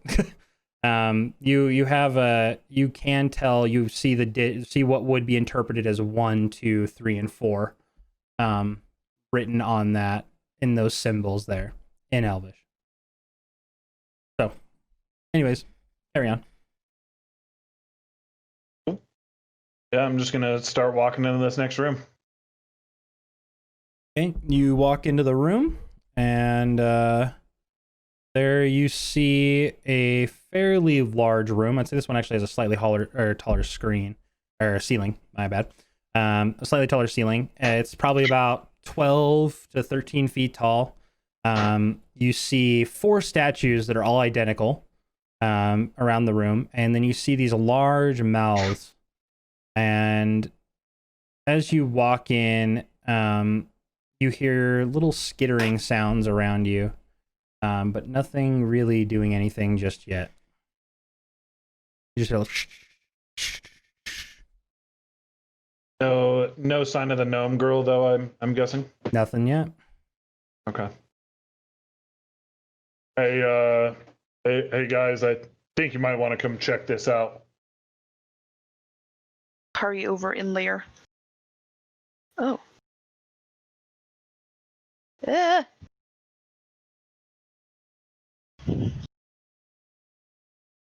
don't like this.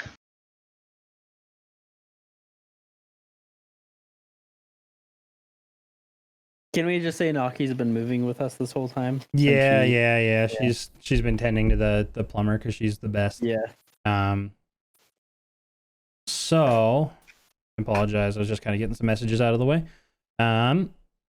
So you guys all kind of gather in here. Let me bring Naki in.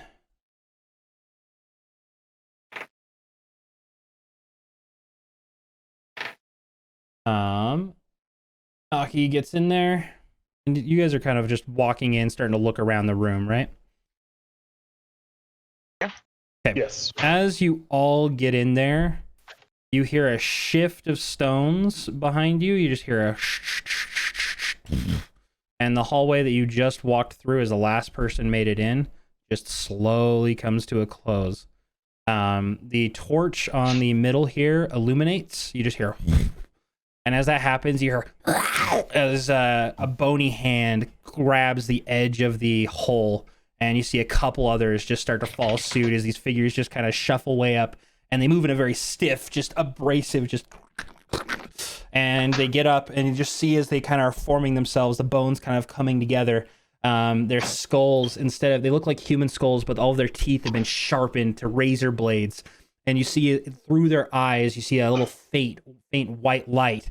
And as they're kind of getting together, you just see this like shimmer as just little pieces of armor slide up from the hole, and just as it's just wrapping up the body. And then from all of them, you just see a little blade just right out from their hands. And you see multiple of them as they're kind of pouring out of this hole. And one of them makes eye contact with all of you guys, and you just hear, and roll initiative. Spooky, scary skeletons and shivers down my spine.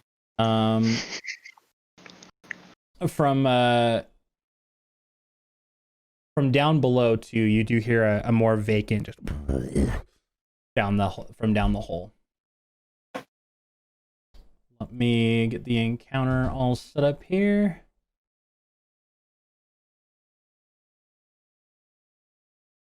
We're so sorry, skeletons. You're so misunderstood. You only want to socialize, but I don't think we should.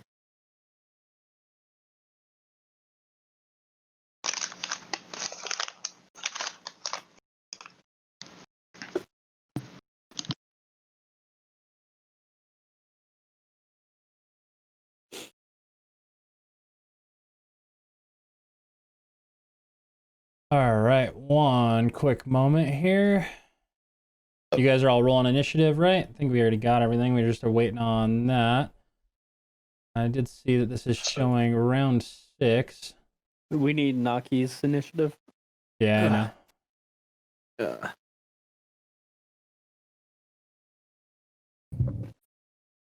Let me just pull something up really quick here.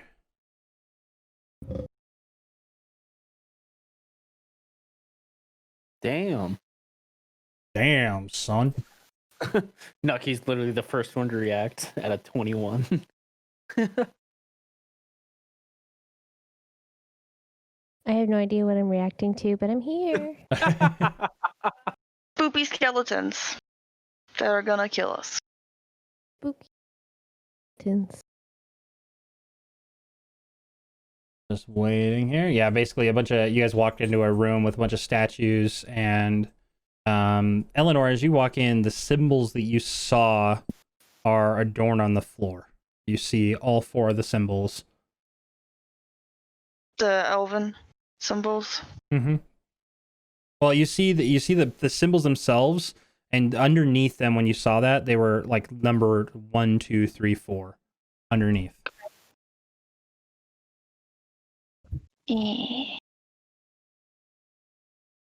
Let me see here. I'm just searching for something.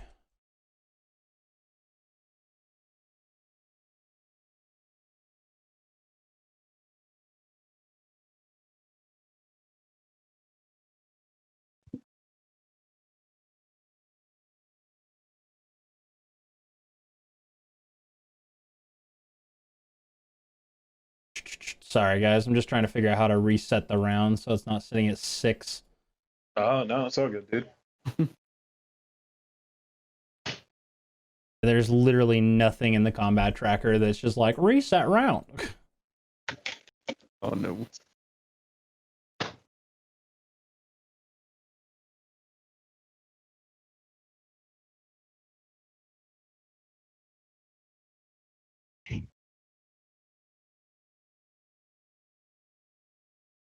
Alright. It's whatever.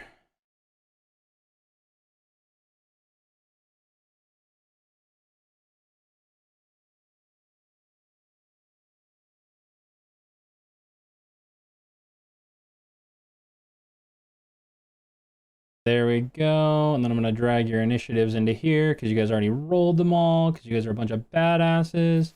Naki, could you roll your initiative though? I did already. It's 21. Okay, my bad. You're good.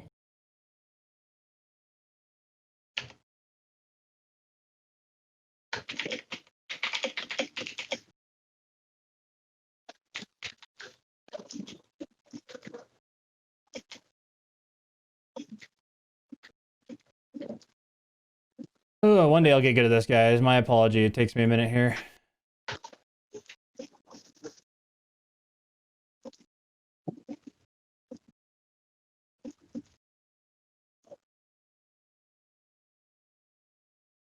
I hate to do this to everybody because some of you guys had good rolls. I'm just going to need you guys to roll initiative because it doesn't allow me to actually take those in. So, Yep. Okay.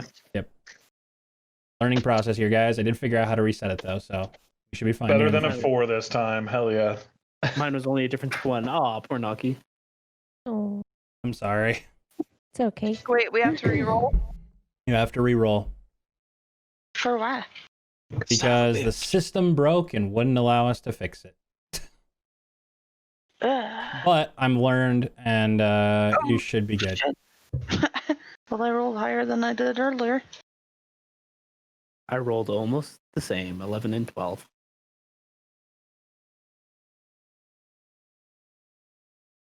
Oh, There we go. And we have everybody's initiative. We are good to go. Hopefully everybody didn't get screwed. It does seem to have been better for the skeletons a little bit. But we're good to go. And as that starts, you just see them kind of popping out of the hole just as they're getting all up. And then just the collection of bones and bits and pieces.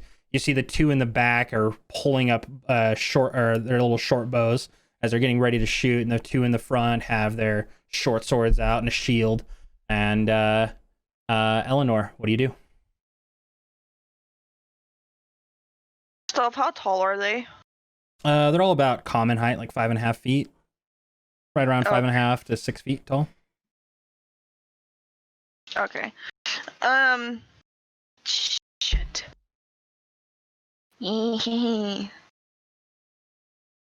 Skeletors.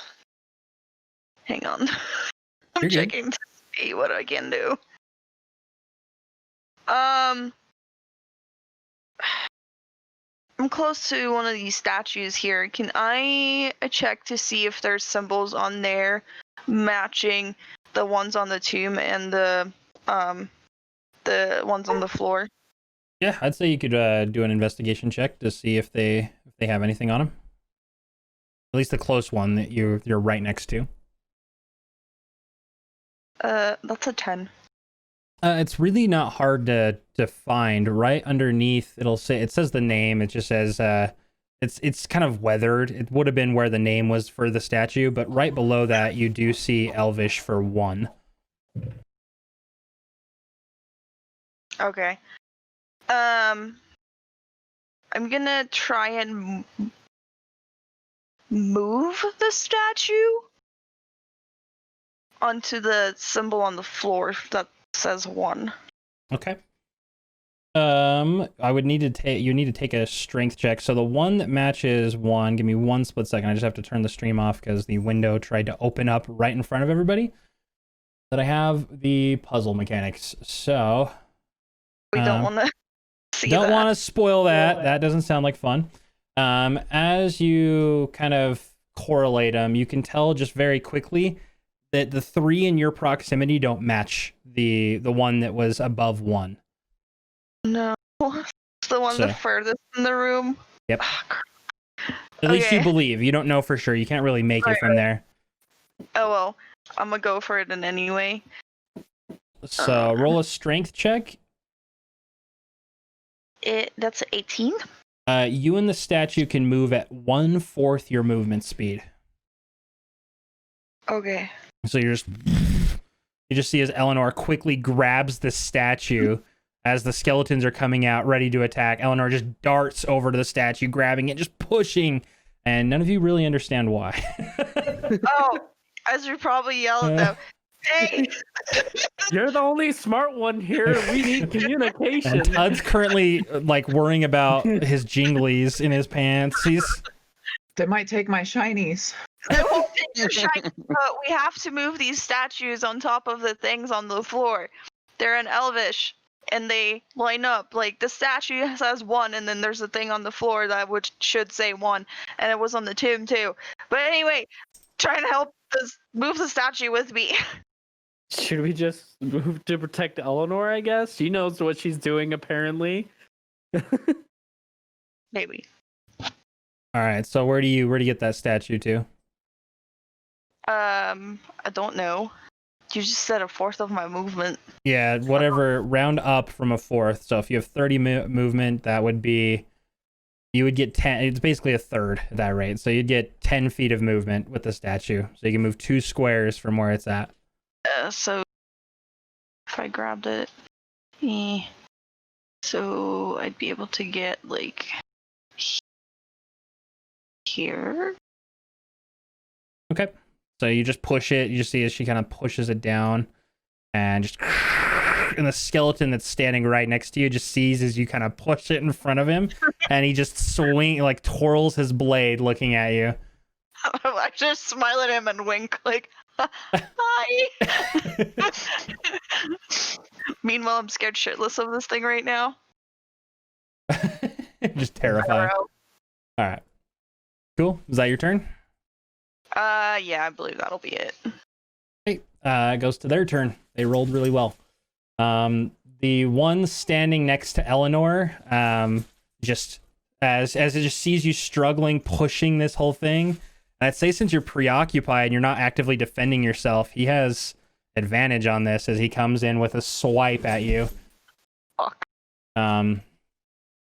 He takes a swipe with his short sword.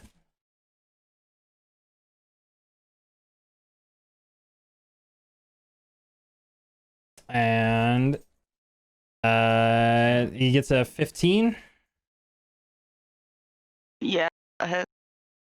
So he slices down with his short sword across your back, just as it kind of slices down deep, and you take 5 points of slashing damage. Hey. He rolled pretty well. He had a high roll. Ouch. With that, we move on to the next skeleton. He moves his way towards Naki and takes a swing at her. And that was a 14.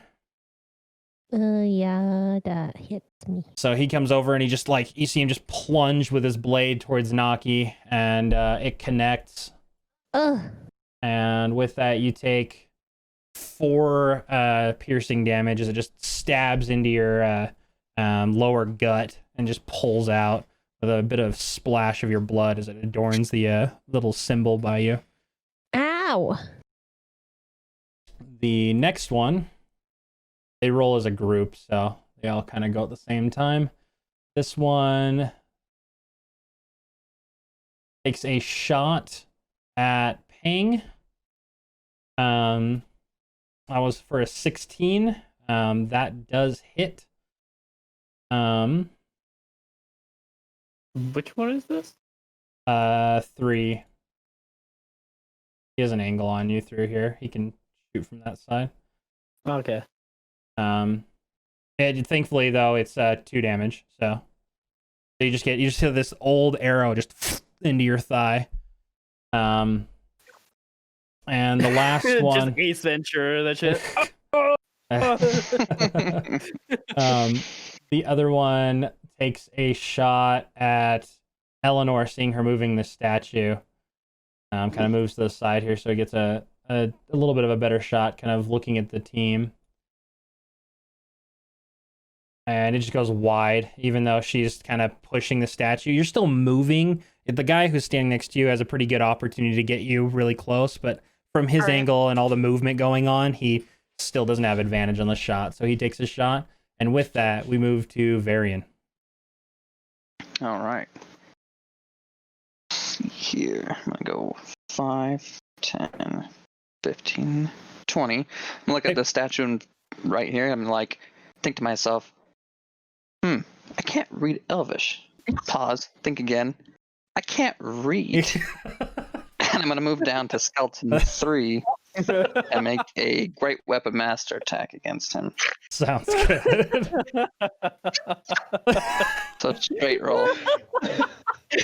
That's a big Oh, miss. 3.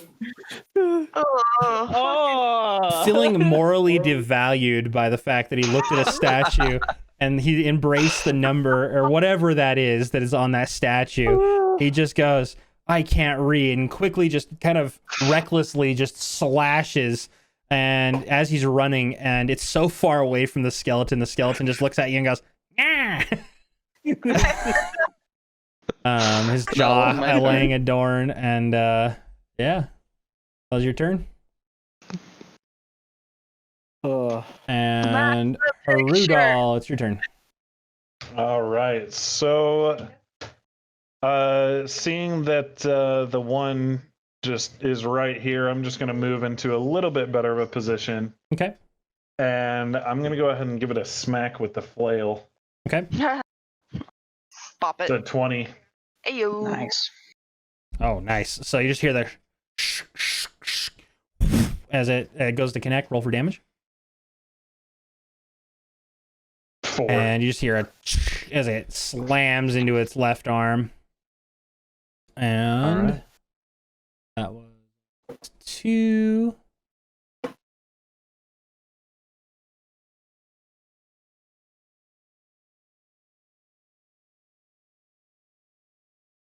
Un momento, por favor, my dude.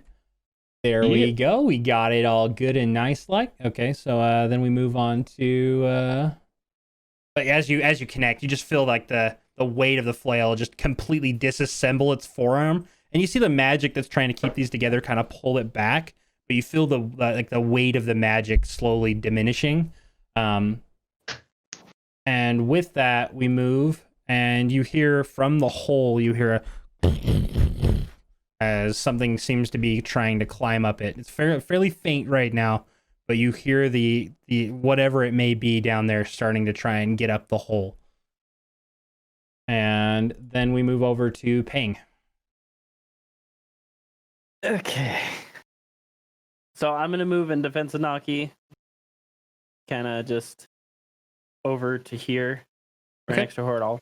I would say at this point, you guys have him surrounded. You guys have advantage moving forward on the skeleton. The three of you. Well, I'm gonna swing at my staff first, so I can swing at my claws next. So, I'm using Dex, right? Your staff should just be your staff. Sick. So if you're under actions, the D20 red plus dragon thing, right? Yeah, the quarter staff. I don't know why it's not taking your dexterity in, but it should be plus 2 plus 4, so plus 6 total. So you can just roll a D20 plus 6.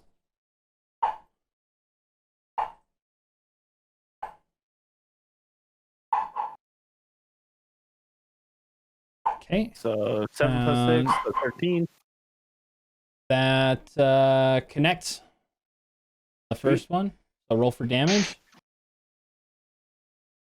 I'm trying to remember how to do this again. That's not it. On the side, you see 1d6 plus 1 bludgeoning. Just grab that and roll that in there. Actually, it should just be 1d6 plus 4. Okay. You gotta get that fixed on your character sheet. 1 plus 4, 5. So you hit. So that staff just connects to the leg of the skeleton here, and you just see it kind of smash some bones as it goes through.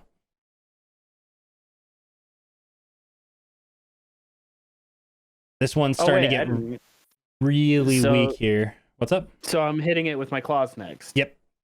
Yeah. Another D6, right?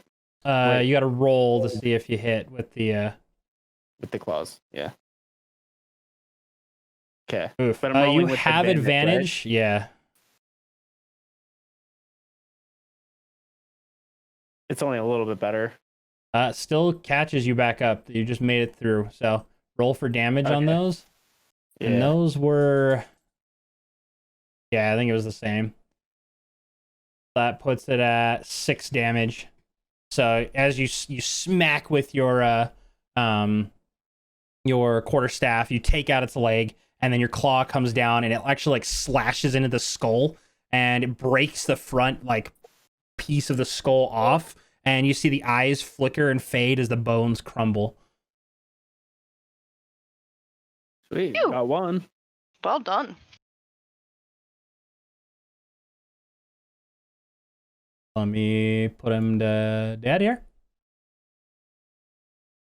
And he crumbles to the ground right there. And with that, unless you still don't have key yet, so anything else you want to do? Nothing else I can do. Okay. And we move on from Ping to Tud. Oh, your mic's muted. Oh. No, it's not. I just didn't lean forward. Anyway, Tud saw the one swing at Eleanor, so I'm pissed. So I run over there, and I'm going to attempt to use Shocking Grasp on him. Nice, that hits. Roll for damage.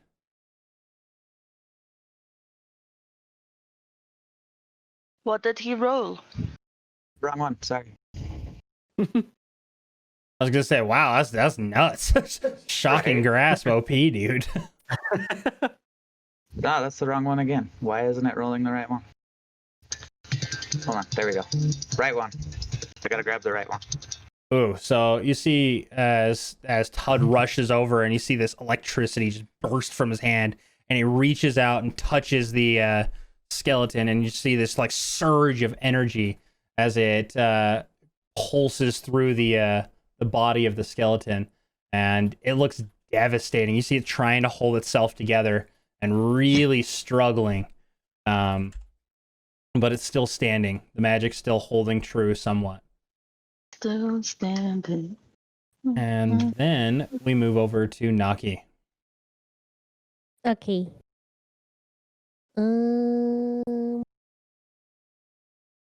So I'm gonna. There's not much I can do because I used all my spell slots. I'm gonna cast Vicious Mockery on Skeleton 1, which is next to Varian. Okay. So let me roll that. Hold on. So you've got to do a Wisdom save. For the skeleton? Yeah, 13.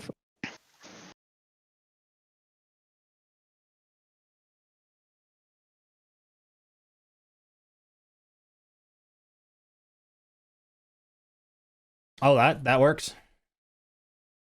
Oh shit. Ayo. So I look at him and I'm like seeing all this stuff happening and people are moving things and then there's stuff and I don't know what to do. So I just look at the nearest skeleton because it's big and nasty. And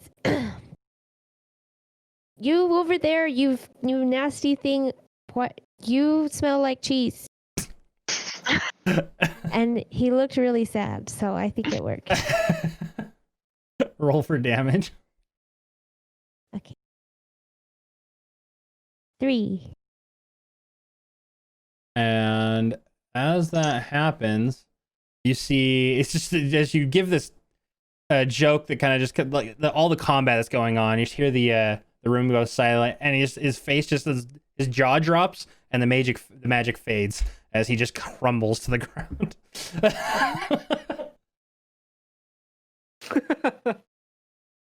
He crumbles to the ground? He really didn't want to be cheese. Pile of bones. He didn't want to be cheese. Sometimes you don't want to be cheese. Oh my goodness. Especially if it's blue cheese. I look Ugh. around and I'm like, hey guys, look, it worked! Good job. We don't have... Wow. What are you guys doing? True. There's two piles of bones, and the other two are still trying to let off shots. And Nagi's like, "What else is going on?" And with that, we move back to the top of the round. Eleanor, what are you doing? You Moving the statue. moving up 2 more spots. Okay. I'ma go there and then work my way down next turn. So as you kind of shuffle past it, the moment it gets onto that platform, you hear, and all of the little skulls on each of the room, or on both sides of the room, all shoot out 2 bolts. No. Oh, The I'm standing right in statue, front of one. one in front of Naki, roll a dexterity save.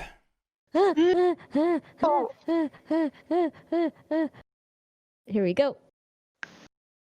Nat 20, baby. Naki Nice. literally, like, as she's like, kind of just picking at her loot like she always does, she hears the like of the Well, I was like celebrating. I was like, hey, it worked.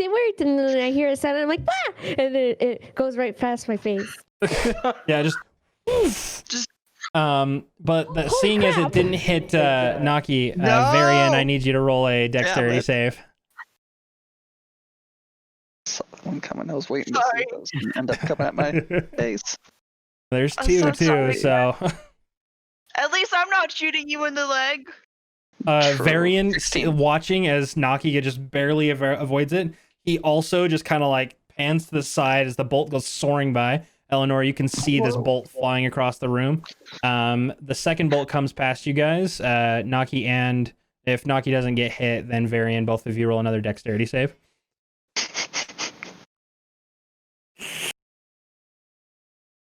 No. 8. This one, you hear just like a as it slams into your right arm, and you take 3 points of piercing damage. Oh God! Ow! The next one, it takes 2 shots out of the little skull on the side. I gotta roll one for my Skelly boy here.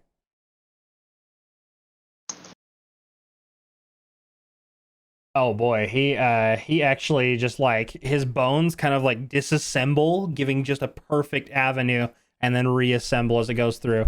And seeing as Pang is kind of in that same spot, I'm gonna say both you and Harudal have to. That's a weird one to make a call on. I'd say technically Harudal is the main one there, so I'm gonna make it so Harudal, you have to take a dexterity save. Yikes, dude, that's a 6. And the bolt just goes and oof. That's 2 points of piercing damage. All right. The second one goes through. And the skeleton just narrowly avoids it. Another dex save from you. This time not doing a cool trick, he actually moved out of the way.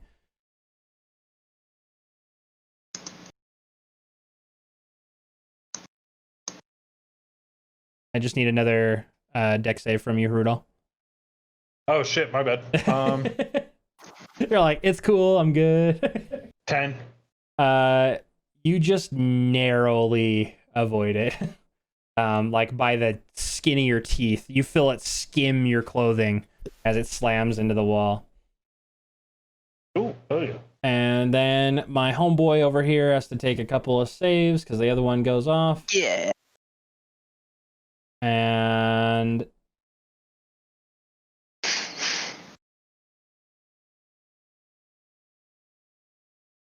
you see both bolts just slam into the bones of that other one, taking a bit of damage as it goes through.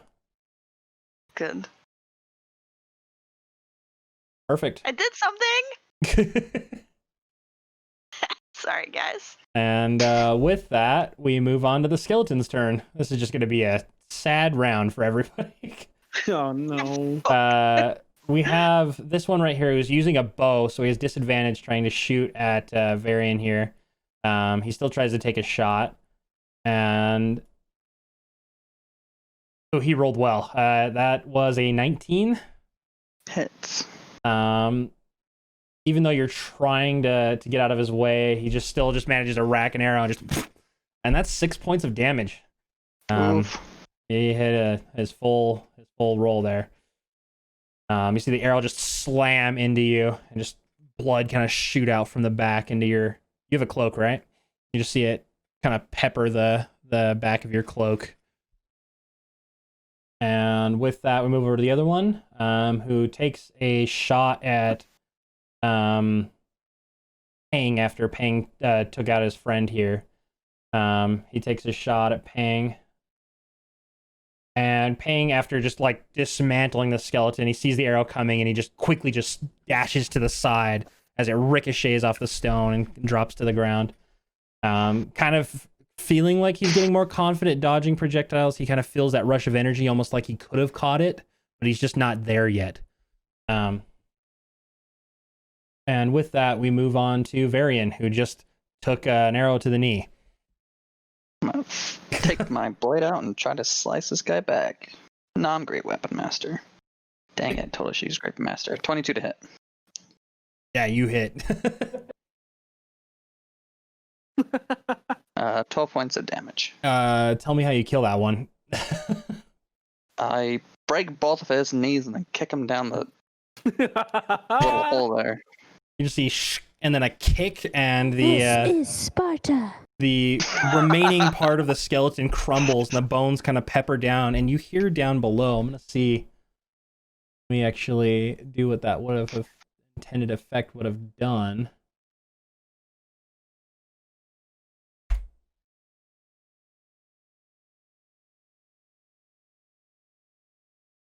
Sorry, one sec. Gotta switch this.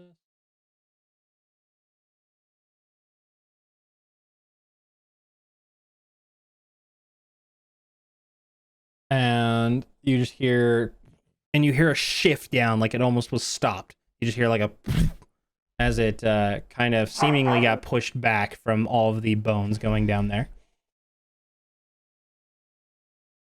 Perfect. I'm gonna use my movement to get to this statue.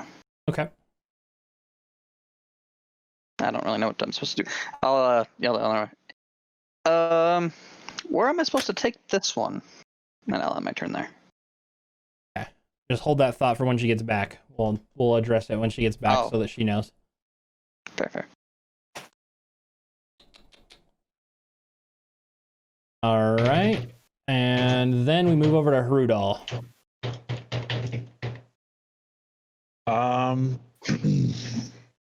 Let's see. So there's only the one left. And we've got one of the statues in place now?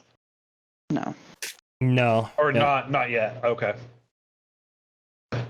So I'm gonna move over to this fuckboy right here. And I'm gonna try and hit him with the flail. Just give him a good old smack. Do it. It's a 20. Ooh. That hits. And for damage, that's a 9. Nice. Sometimes you gotta keep the skeleton. How do you kill that one? So I bring the flail down right on top of its noggin, and just with the weight of the flail, it just crushes it slowly. You see just the crumpling of bones and just powder as it emanates, and the magic that was holding it together just seemingly vanquishes inside, and you just hear like a as it goes away. The bones crumble to the ground, and you hear still, as you finish that up, you hear now a faster just as it seemingly is crawling out of that hole. It was slowed down, but it is still getting closer as it's moving its way up. And even though all of the targets are up here, initiative still remains. That moves over to, unless you have anything else for your turn there, Brutal. Yeah, real quick. This statue that is just to my right, diagonally a square, that's one of the statues that needs to be moved, right? You could grasp that after seeing Eleanor. Okay. Eleanor, Where do I need to take this one? Well, what does it say on the what's the little symbol on the statue? I don't know how to read Elvish. Yeah, it's just the number. It doesn't match any of the symbols. It's just the number in Elvish. Oh, well, shit. I don't know. I can't see that far. I mean, I can try. Can I light a torch? See if that helps. The torch is lit. This whole room is lit. Oh, okay. Can So I, it's well lit. Bro. Yeah. Can I somehow try and squint and see if I can see what it says? For the sake of just bridging this, normally this wouldn't work that way, but I'm gonna allow you to roll perception from here because you guys have killed all the skeletons. I'll allow you to kind of collaborate a little bit. You like as you're pushing this statue, it's heavy.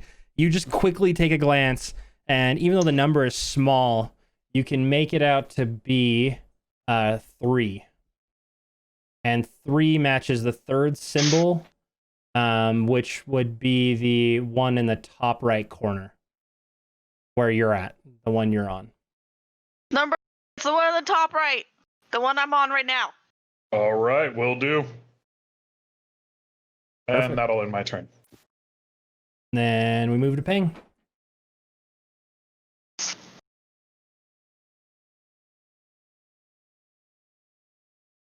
Can I just move to assist him to push it?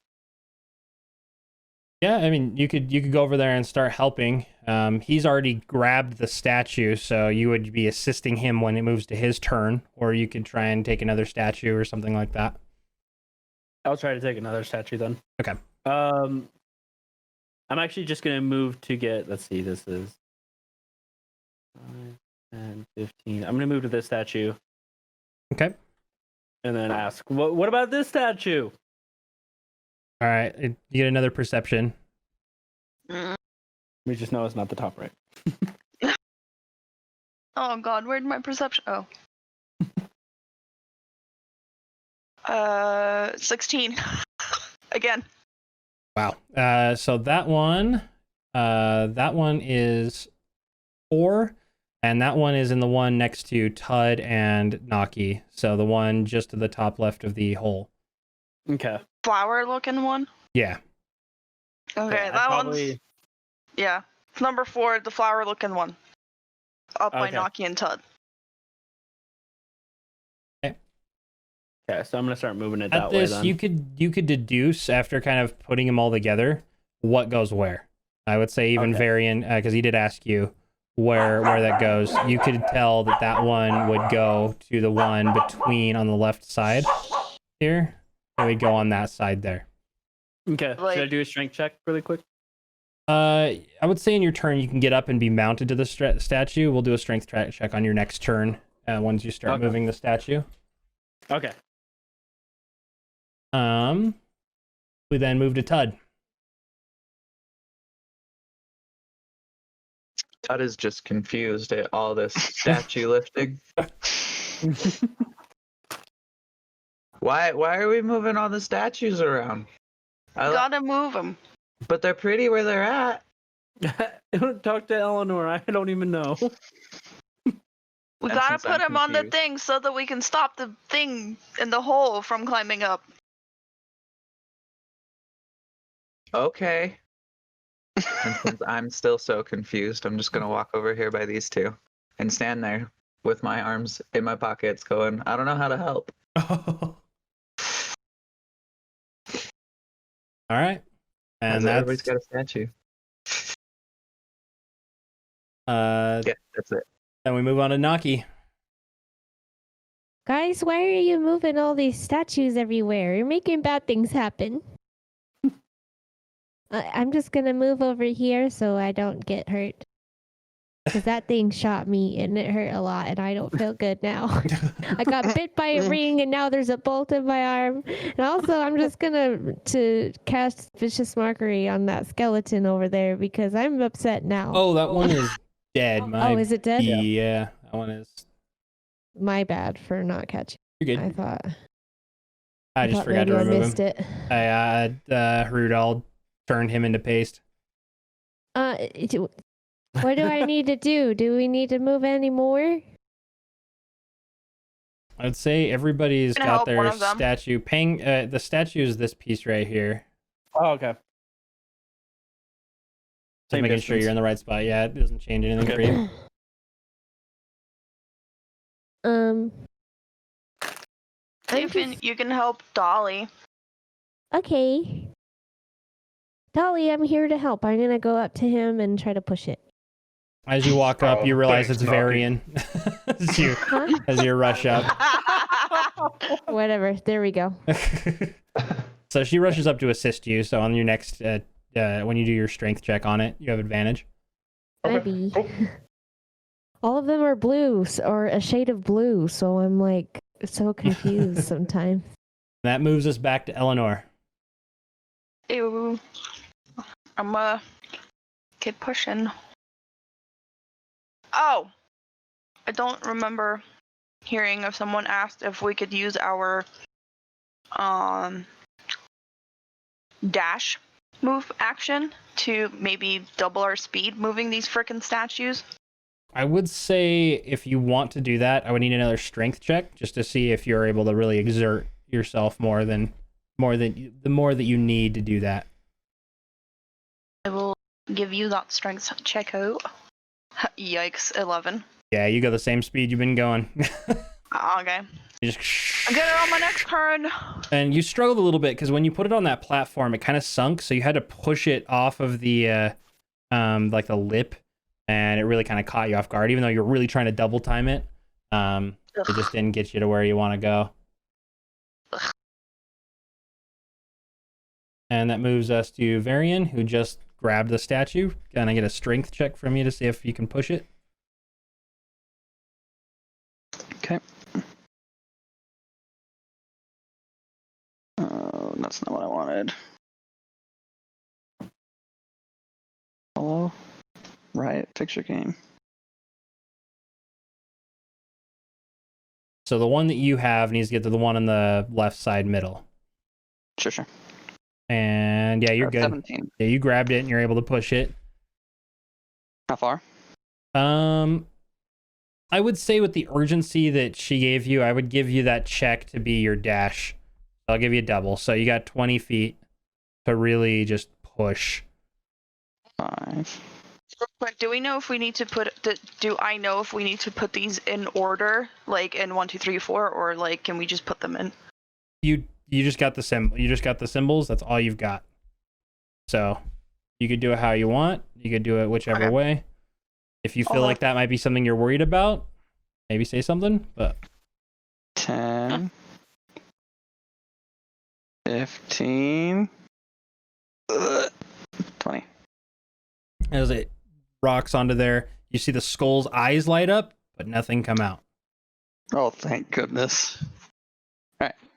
I think this one worked. And that'll be my turn. We then move to Hrudal. All right.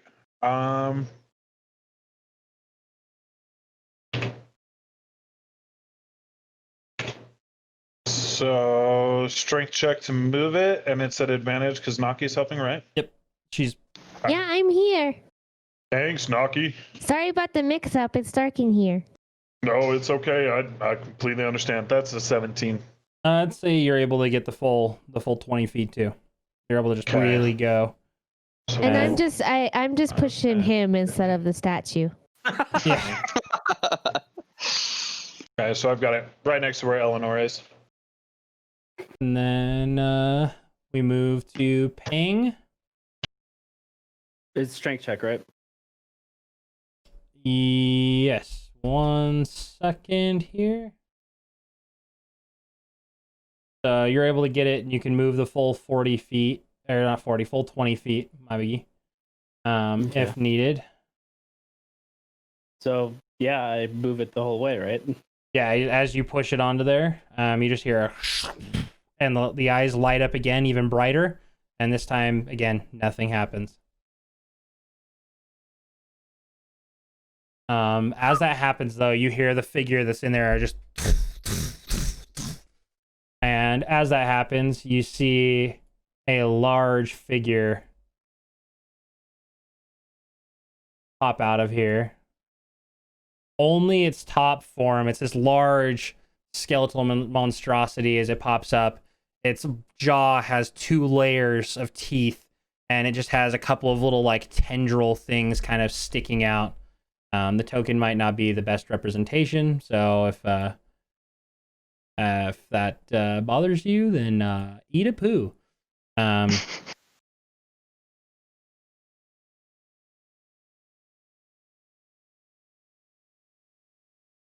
There we go.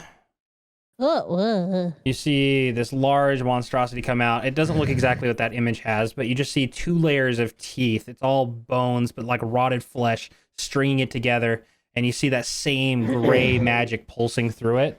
And you see its hands are just like amalgamations of different skeletal hands around rotted flesh and magic as it just kind of weaves out. And it used all of its energy to get up here, and you just hear as it's kind of staring at all of you guys. Its horns, and as that happens, you see the shape of its face kind of closely matches the same skulls that are on the wall. The different adorned kind of horns that kind of pull out of it. It's just this very terrifying thing, and it's seemingly just crawled up that giant hole in the middle. It's pretty terrifying. With that, we move back to the top of the board, or back to Wizard Tud. Ah! There's a giant skeleton! Scares the shit out of me. As that happens, Leopold.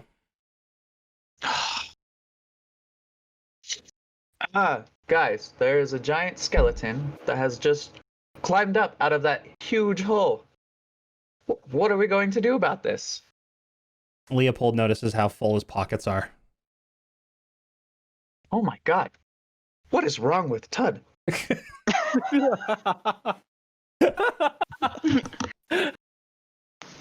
As that thought enters your mind, you also remember exactly where the mushroom fell out. It fell out right as you were walking out of the stadium. It's just in that hallway. That memory just kind of flashes back to you. Oh. Why would he go on losing all my mushrooms? And Anyway. you see everyone moving statues, and you see the creature standing there, coming out, and menacingly kind of roaring at everybody. Well, this is interesting. And since I see him as the largest threat in the room, I'm going to try to freeze him. Oh, yeah. And definitely super hit, because we know what other buff you get from that. As the bolt shoots out, and seeing as Leopold's been trapped in there for a while, it's more powerful of a bolt of frost than you've ever seen. Roll as if you had a crit on your Ray of Frost. Right?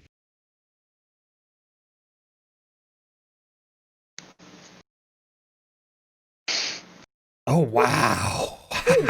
So you just see this like nasty bolt of frost energy shoot directly at the amalgamation there. And you see it form on one of its tendrils. And it just crawls up the arm, and as that happens, it just snaps off and shatters on the ground. There's a lot of damage. Ah, you son of a bitch. You guys are surprised. Todd never swears.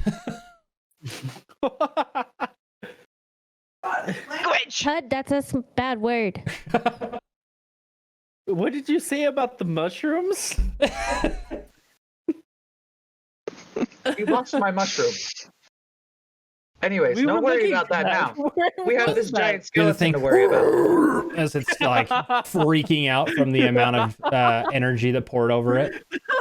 And Naki, you're standing right next to it. What were you gonna say, Eleanor? Can't take us in a dungeon.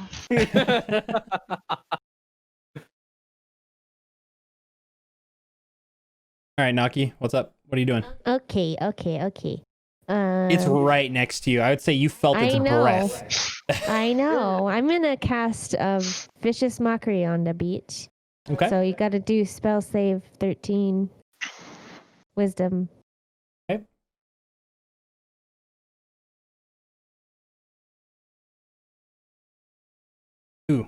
That's a success.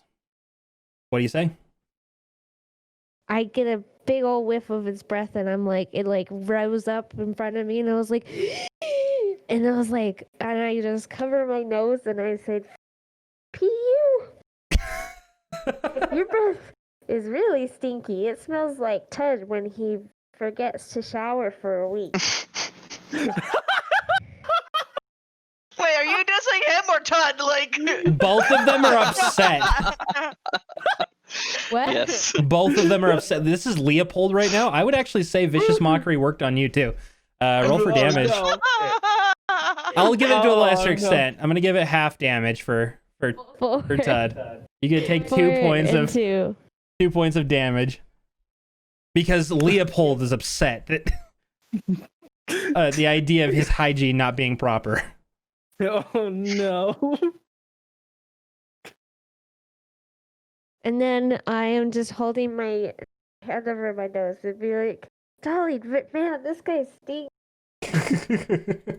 And he's really ugly. I can't. I can't. I have a bolt in my arm. You need to fix it." And that ends your turn. Yes. And then Eleanor, seeing the creature just erupt from the hole in the center of the room, what do you do? Hey yo, move the statue. With a and the Yeah, eyes just glow admit- brighter. Do we have one more left? Yeah, there's one left. Yeah. Yeah, it's the Where? one that Hordal and Naki have. Yep. Fuck. Quick side note, really quick. Mm-hmm. Do we know that Tud goes into Leopold mode, right? Not really. You do We know that don't? sometimes he like he has like a spark of intelligence, but Tud tries to suppress him so hard. It's usually like 10 minutes every couple of days, sometimes Okay. weeks. Well, Like- do we not know his name either? He's mentioned it sometimes, but Tud says a lot of stuff. Okay. Okay. I don't know. Do we know where the mushroom's at? I just wanted to see, because if I recognize that he changed into Leopold, I'd be like, "Sorry, Leopold," but if we don't really know, then I'm not gonna say anything. He just occasionally, it seems like he's trying to blend in. Is probably how you'd interpret it. Okay. It's like his strong name. Okay. All right. So you move the statue. Yeah. And No. then And then is he focused on who right it's now? really hard to tell. He's big. His head has, like I said, it's 2 layers of teeth. This large skeletal shaped head with flesh kind of holding everything together, and its eyes are glowing with that same or like grayish magic. You can't really get Yeah. a place on what he's looking for because of how many arms it has. So you can't really get an idea, as you haven't seen anything go down yet, of what it's trying to do. Well, shit. Can I try and sneak like over here? Like sneak around the side. Yeah. Roll to go into hiding. It's really tough. I'd say with his vision on you right there, it would be with disadvantage to see if you could kind of duck down. Right. Well, that's why I was asking. Like. You could try. I mean, he's just above you, so he's in a very well lit room. Eh. You That's an 8. drop to the ground and are like trying to hide, but you're still just a high elf laying on the ground right now. Well, I wanted to stab him, Okay. Uh, I'll but I was gonna try and do like a sneak attack. Is what I was gonna try and do. It was a good try. It's just a very lit room. Can I Alright, still roll for stab attack. him, Yeah, go for it. Yeah. What am I stabbing with? Stabbing with that. That's a 7. You stab towards one of its tendrils, and you hit that one spot where there's like no flesh in between it, so it just goes Yeah. through, and then you pull your blade out, and you're like, I Huh. felt no resistance. Huh. And it just you hear the as it kind of starts to eye towards you. No, don't look at me. And with that, we move over to Varian. All right, this guy looks like a fun challenger to fight. I'm gonna run up to him and make a great weapon master attack. So no bonus, just a straight roll. Okay. Except I can't roll on the tray apparently. That's an 8. That's gonna be a miss for me. Yeah, I mean, you really like the challenge, but this thing is just so, kind of terrifying. You just go a little short. You're trying to swing for one of its tendrils, and it just didn't connect. That's it. And Harudal, still pushing that statue. Naki's still pushing as well? No, or Naki dropped off to call Tud and the creature Stinky. So that's what I thought. Just wanted to double check. So if I roll a strength, can I try and do the dash? Yeah, roll another strength check. 12. You have the ability to push it. Okay, so boom.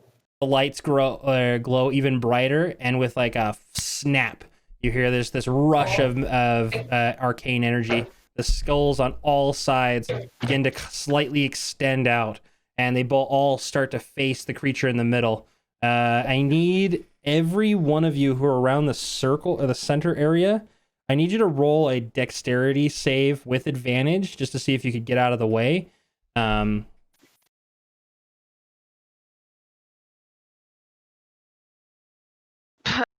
from me on both rolls.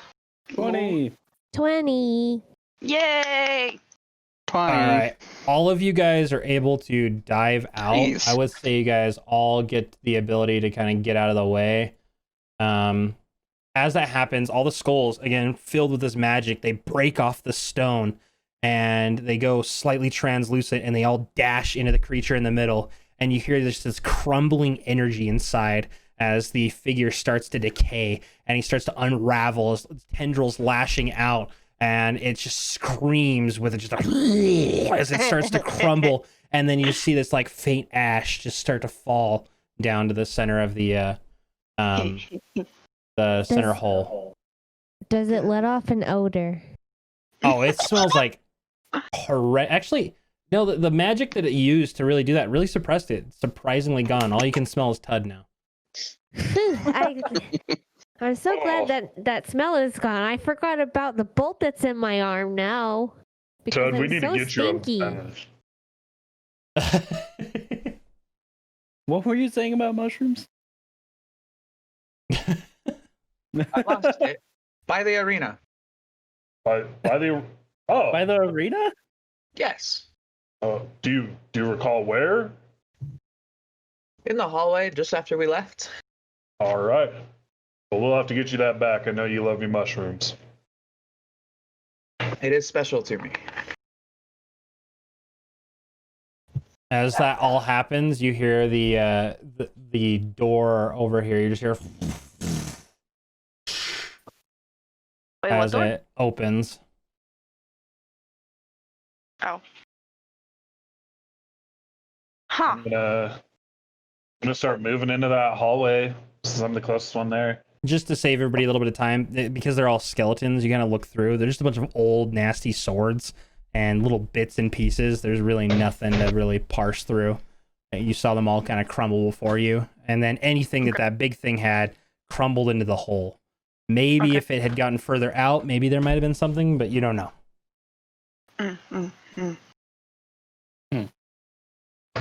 Cool. Yeah, I wasn't gonna take my chances. Fuck that. All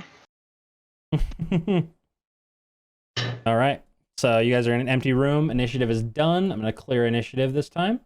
Now that I've figured it out, this is really nice. Nice.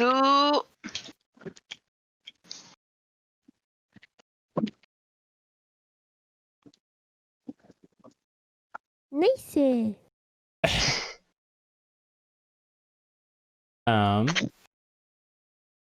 Yeah, that's where you guys are at. You guys just have the room kind of gets all quiet.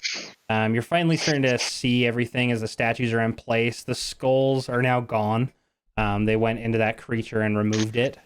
There's a nice stillness to the air, and the torch is still lit.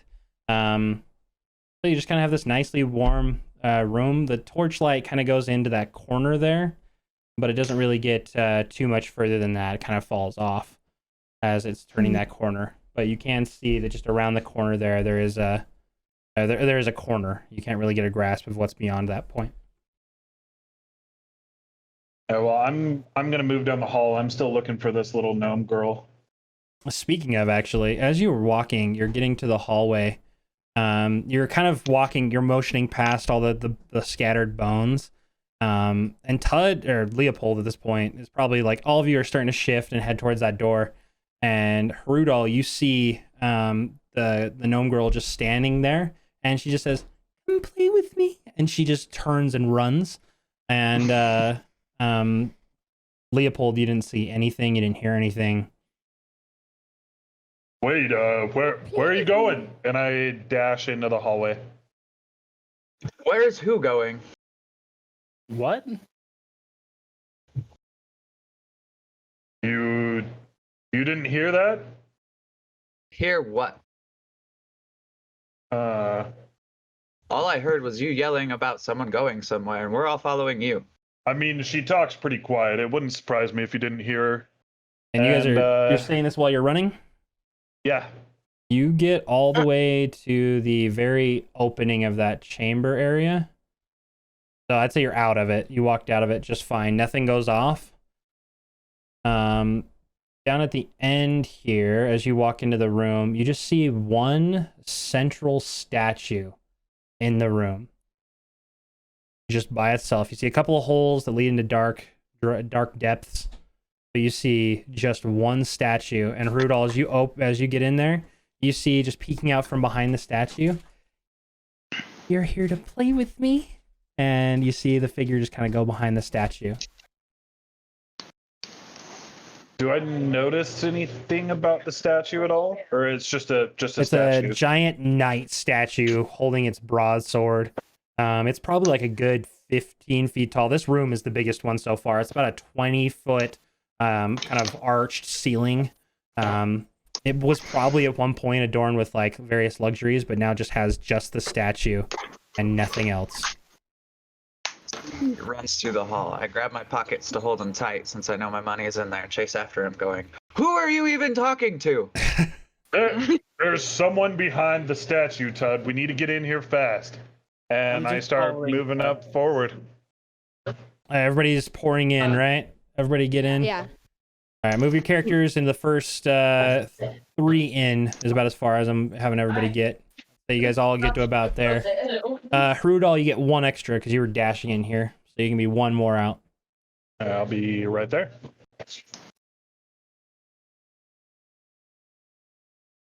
As that all happens, as you all get in here, is everybody moving their NPC or their token in just yet? Trying to. Okay.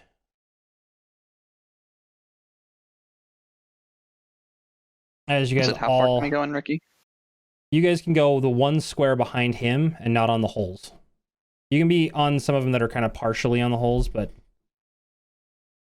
Nah, that's perfect. What? What? I was moving my. You're dead, apparently? Eleanor just jumped into the hole, and you just hear a faint scream of... I was moving my camera and like my mouse That went up to is- my character sheet. That is a 120 feet drop. Let me just roll No. some dice here. No. That's a lot of dice. You suffer 73 falling damage. Oh well, I'm just joking. because I have like 5 health right now. She just is eviscerated at the bottom of a pit. This whole thought is going through her head as she's running in here and stops very patiently next to the hole, looking at it going, "Man, in an alternate universe, I just got fucked."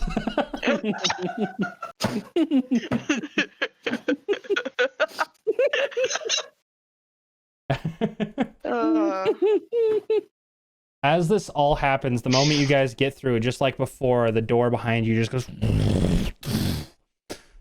and the statue in the center, you just see a beam of light, and you just hear as it steps down from its pedestal, and it takes its gigantic 15 or almost 12-foot blade and puts it on its shoulder, and you just hear as it looks at Harudal. Roll initiative here in just 1 second. We don't like this. We? Yeah. Oh, yep. She is saying that correctly. We do not like this. Yeah. I speak for the party. Yeah.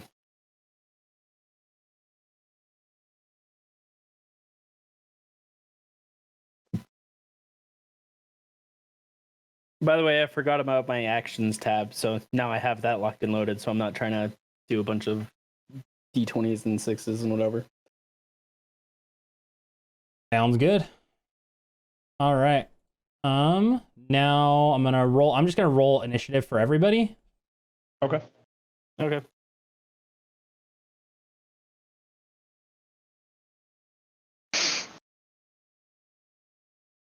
Roll all initiative. That saves us a bunch of time. And as the stone knight, kind of the semblance of life, you feel the threatening presence as its blade. This giant thing. The moment it starts moving, you see the the stone kind of just slide off, and it's this giant metal serrated blade. As it puts it on its shoulder, it kind of slumps down from the weight, and its eyes just peering through the full facial helmet, just these little white beads of light as it just shifts over to Harudal. And with that, top of the round, Eleanor, you kicked ass on the roll it automatically did for you. And with that, once again, you're top of the round. Great. Fantastic. Yeah. I don't like this. Fuck. Is he like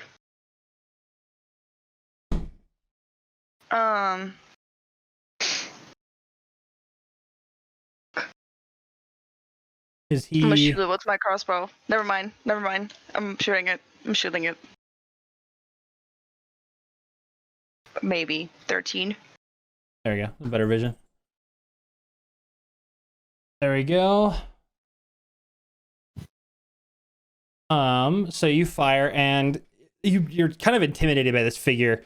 So there's a very big rush to just kind of draw your bow and let it drop, and it just kind of slides off the side of the stone formation. It kind of like bounces off. It didn't seem to have the impact you were going for. Okay. And anything else on your turn? Oh no, that's my move. Perfect. Move on to Naki. I don't know what to do. My arm hurt. And all I can think about is just telling this guy how much I hate him. So I'm gonna cast Vicious Mockery again. So wisdom saving throw. Okay.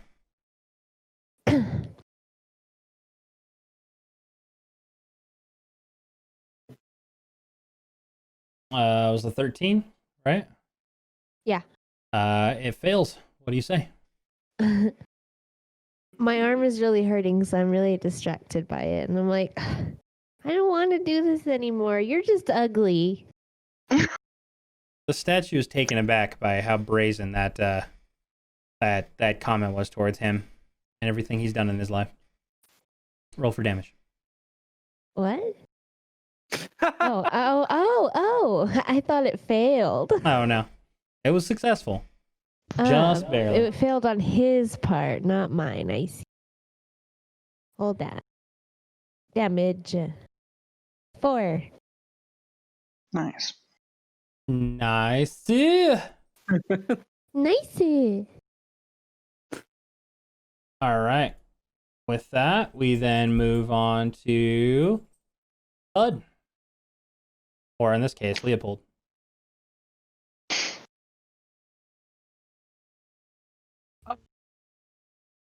Did you guys see that statue start moving?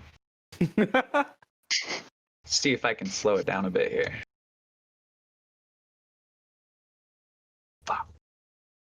That's not with your current modifier, though, is it? You should have +5 because you got a +10 from being Leopold.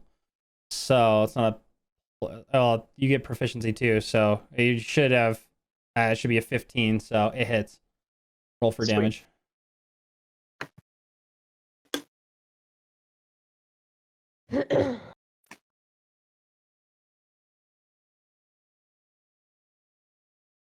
You see just this beam of frost energy emit, and it goes and pelts the statue, seemingly slowing it down, but you can see just how hefty it is. The crystals already start to begin to break, but it did sustain damage from it.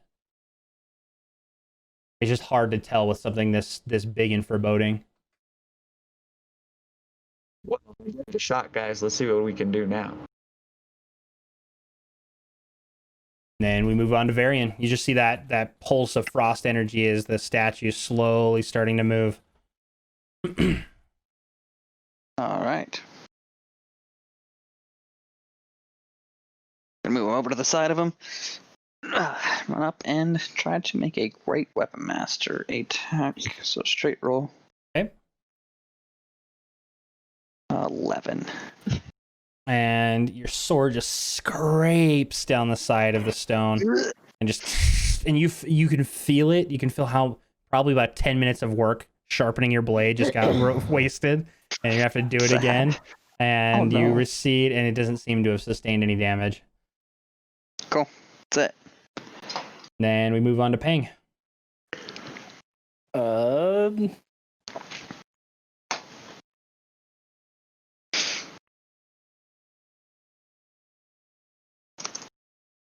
Okay, I'm gonna move to attack. Starting with my staff.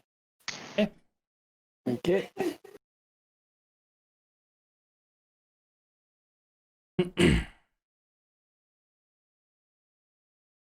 Hey, oh yeah, that hits. 21. 21. And it's Okay. a d6 plus 4. So 5 damage. So the staff, you see the staff hit, and you see a small crack in the stone as it takes some damage there. Okay.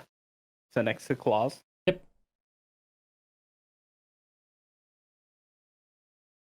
Ooh, Dude. that was a crit. D6 plus 4, and then we'll just double the die.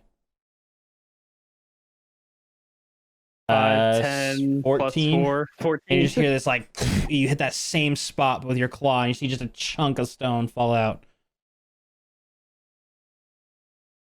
You're doing some damage to it. It is not happy. You see its head just slowly start to turn from Harudal over to Pang. And speaking of Harudal, it's now your turn.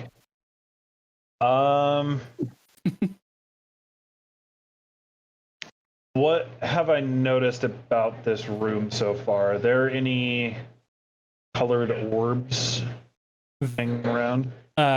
Completely empty. Okay. It's just his eyes. The only thing that's really glowing is his eyes.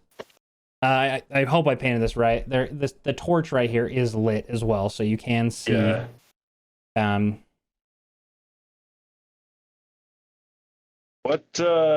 What color were the eyes again? White.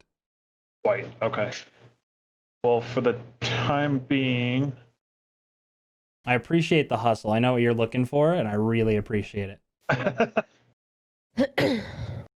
I'm gonna move up right there, We got caught. and I'm gonna hit it with the blunderbow. Nat 20, baby. What's Ooh, up? baby. With the blunderbow. Okay. GG. Dude. That's double the dice. Double the yeah? dice. Yeah, that is 8d10. Let's see it. Dude. That's 24 damage. So not that great, but Yeah. like It's not the 56 from last session. Yeah, you just see as you rush, you have your bow, and you just hear this. You quickly turn, and you just hear, and you see a large chunk of stone just shoot out the side, and it's looking beat up from where it was, but it's still kicking because it is made out of stone. So a lot of these things aren't really doing as much as you anticipate them doing. Yeah. But it is getting worn down. Okay. Cool. Well, that'll be it for me. And then we move to him. And you just see the blade as it does a quick motion, a surprisingly quick motion, as its left hand gets up, and it does a slice towards both Pang and Varian. This one is a different type of move. I need you both to take a dexterity save. 18. Bye guys. Pang, On that one. Pang quickly drops down, and the serrated blade goes right above, and the blade then plunges into Varian's side, and you just hear as it carries him with. And this is not pretty. I'm not gonna lie to you. This is not something you want to be hit by. I'm down. Yeah, that was 11 damage, and you see Varian get thrown all the way to the end of the room with just this huge deep gash into his gut, and just blood spattered across as the blade kind of goes up, and then he puts it back on his shoulder with a big old, and Varian just slumped against the wall, just as just blood's gurgling out. Pang, life flashing before his eyes as that blade went through with a very swift motion for what it was. Fit. That was not good. The thing you notice is as it landed its hit, you see that same white orb on its back pop or kind of flare, or like kind of just flare from the back of him. And you see it pop up, and you can see the light getting brighter, and it gets to an apex and slowly is starting to dim. And it's just on his back there. What's on its backs? What's on its backs, guys? And right now, by the way, the golem is currently facing Varian, so that's the angle of the back if needed. Eleanor, it's your turn.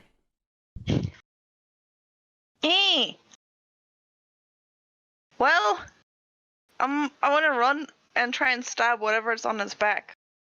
Hey, it's pretty tall. You would need to do some sort of leap to even attempt at it. I'll do it. Okay. Acrobatics? Yep. Yeah. 16. After seeing Varian just get completely wrecked and tossed to the other side of the room, Eleanor runs, and you just this leap. You get just enough distance to have an attempt at it. Roll for an attack. Don't fuck me over now. Yeah. That's Ayo, awkward. Oh, 23. nice. And you slash at it. And with this, you actually do 4 times your damage as you hit the orb. So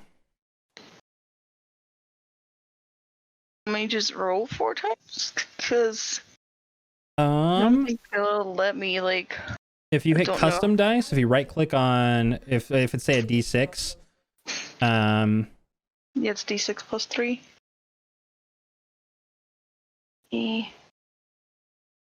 Times 4. so that was an unfortunate roll, but Yeah, plus 3, because it's D6 plus 3. yep. And it just pops into that, and you just hear as it seemingly did more than even what that was. You just know that it hit hard. And you can see it kind of struggle a little bit, but its head slowly starting to turn around towards you. And use the rest of your movement to move back. Yeah. Okay. It is able to shift itself kind of back around. So now the back is facing... I would say the back is you kind of turn the other direction. The back is currently facing Harudal. And with that, we move over to Naki. Unfortunate timing. Really quick question. Yeah. What was my clause? Your clause is a with D6, I'm pretty sure, but I'm going to correct your sheet tonight. Okay, I was fixing it now. I'm going to go back through and just make sure everything I have in my app is all accurate, because we had some other things that they were supposed to do, but I can't recall off the top of my head. Okay, yeah, I remember that. Sorry, guys. Figuring out dinner disasters. Bad things are happening. Okay. Yeah, Varian just got shreked across the room. Crap. What are we gonna do? Fuck. I'm gonna just cast Vicious Mockery on him again. Because I just am not having a good time.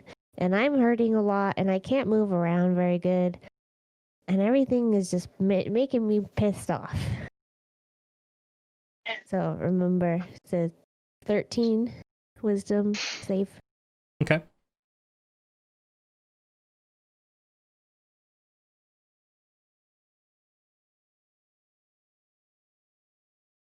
All right.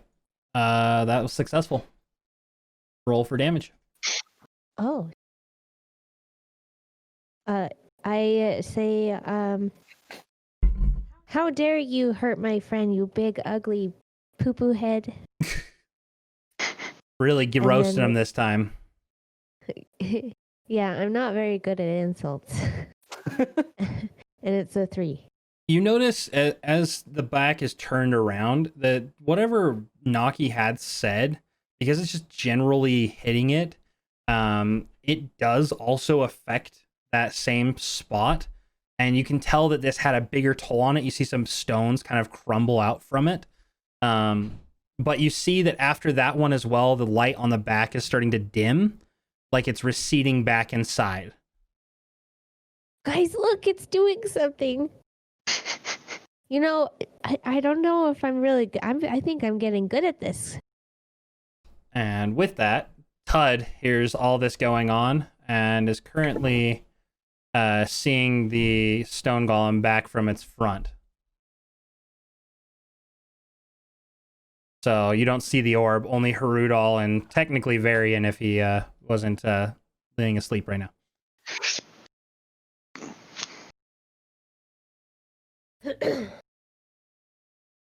Well, guys, I don't want to get close to this thing, so I'm just going to keep trying to keep it as slow as I can. And then that is this one, yeah. Mm-hmm. And bolt of frost magic just emanates from the staff, and it pelts the statue once again. It kind of lifts its hand to kind of block it, but you hit it in the face. Roll for damage.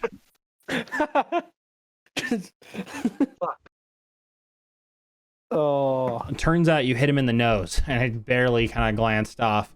He has like an ice booger now. It's kind of hard to not laugh at the helmet where you just see this like flute or like little ice crystals forming around where its nose would be.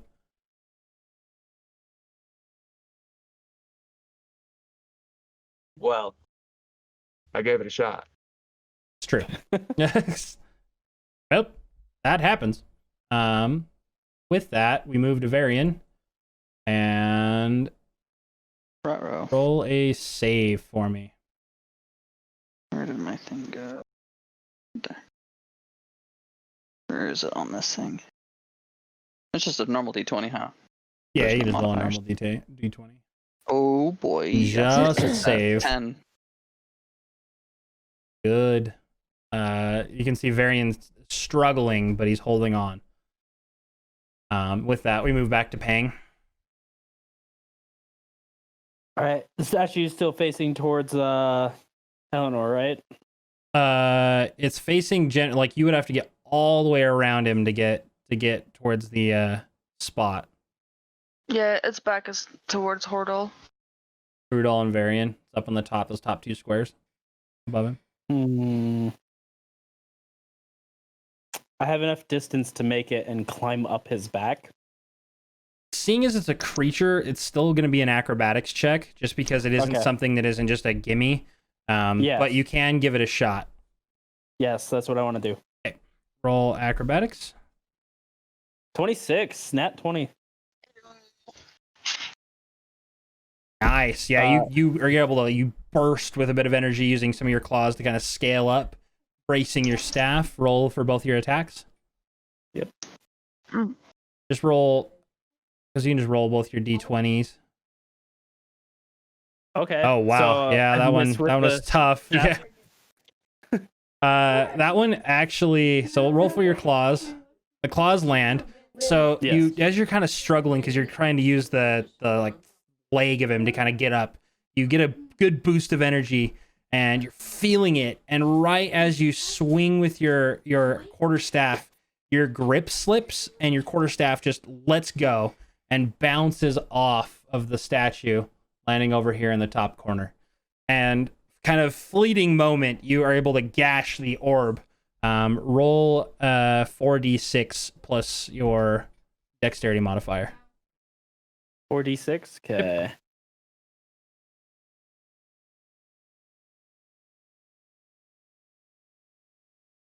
So. All right, 10, 7, or 17. 10, 17 plus 4, 21. Cool. Mhm. You you feel the energy kind of release from that as your claws scratch at the magic. And in that same instance, though, you see the orb kind of recede back into the statue, but the statue's still moving. Okay.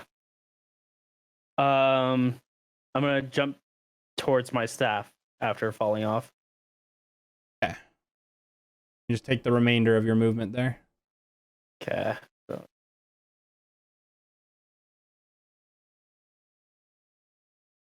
All right. 30. So about there. Okay. Try and use the full squares while you're moving, just so we can keep better track. It gets hard when you start doing those like semi I ones. think I was in the halfway of the square down here. That's why I'm only in the halfway up here. Yeah, we'll rule that. I'll roll that you get up to it, but try just keep yourself in the non halfway squares just to make it easier Okay. for us to track. I just want to make it easy so we know. So I'll say you got to it, but just Okay. from here on out, keep yourself, especially in combat, in the squares, just so it's easy to watch. All right, we'll do. Then we move on to Harudal, who just emptied the bow, and he saw his Pang struggled there. The light just went inside. Your mic is muted. Quick question for you. Yep. I know I didn't call it out last turn, but did I start reloading the bow? Yes. I mean, it still takes a full turn. You'd have to take your action to start slapping the scrap in there. Okay. I'm going to do that. And I'm also going to move 5 right next up to Varian there. Okay. And that'll end my turn. So you just see Harudal dash over to Varian, who's got a huge slice. As you're getting close, you're starting to see how disgusting this wound is. It goes almost to your belly button from your side, is how deep this is. If he wasn't in the angle he's at, his entrails would be emptying out from the depth of that blade.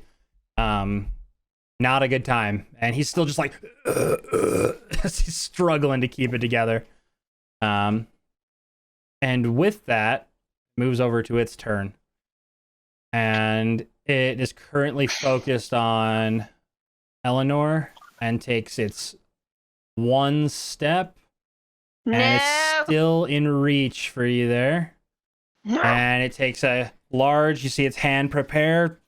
Nope. Nope. And nope. it goes. Roll a dexterity save.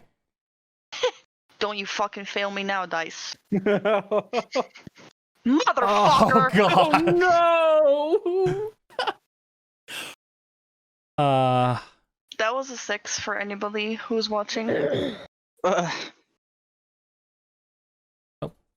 Rolled the wrong one. Well, now you know. Those one I'm not going to take, so don't worry.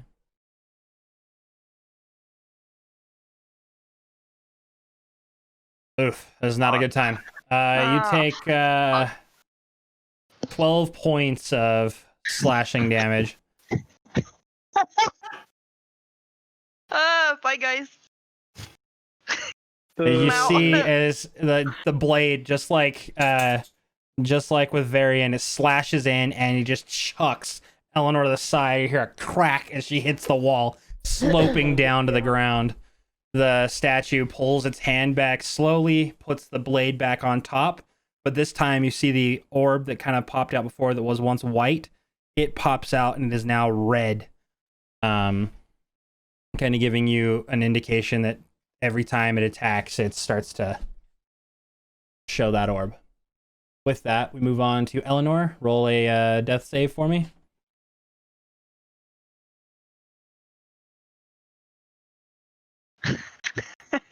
Oh, Fuck she's you. struggling over there. Oh shit. Fuck the dice gods. All your guys' good rolls were spent on a bunch of bullshit at the beginning of this night. Always. Yeah. Fucking always. And with that, we move over to Naki. I am really upset that everything is happening and I can't do jack about it, so I'm gonna cast vicious mockery on this bitch again. I'm actually going to say, just for the sake of everything, that after watching the two of them go down, you Mhm. feel, when you cast your spells, you feel this energy drain from you, right? You feel like you're exhausted and tired. I would say you both Tud and you have one spell slot of your choice. I'm pretty sure you both just have level 1 at this point. So you both Yeah. have one level 1 spell slot after watching Varian and Eleanor go down. There's a Okay, bit of well- camaraderie going on here. You guys all feel it. So if you want to do anything else, you've got a little bit more. I'm allowing you to kind of take that one back if you want to do something different. I didn't have. Yeah, I would like to take that back because I didn't have any spell slots, so I couldn't do jack. All right, I got you, boo. Okay, let me see. Hold on.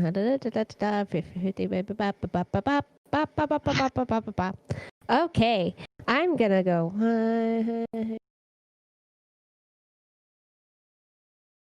right here, Okay. and I'm gonna cast Thunder Wave, Okay. and it's a Constitution saving throw. Okay. Yeah, and you Oh. will get half on save. It's saved. It's safe, so he got more than 13. Mm-hmm. Okay, so you just get half of the damage. Okay. And the damage is 11. So you just see this bolt of thunderous energy emanate from Naki. Is just kind of. I just walk up to there and I go, ah! And I scream at them, and then I cast that because I just remembered I could learn. I learned it, and I'm just really upset now, and my arm hurts.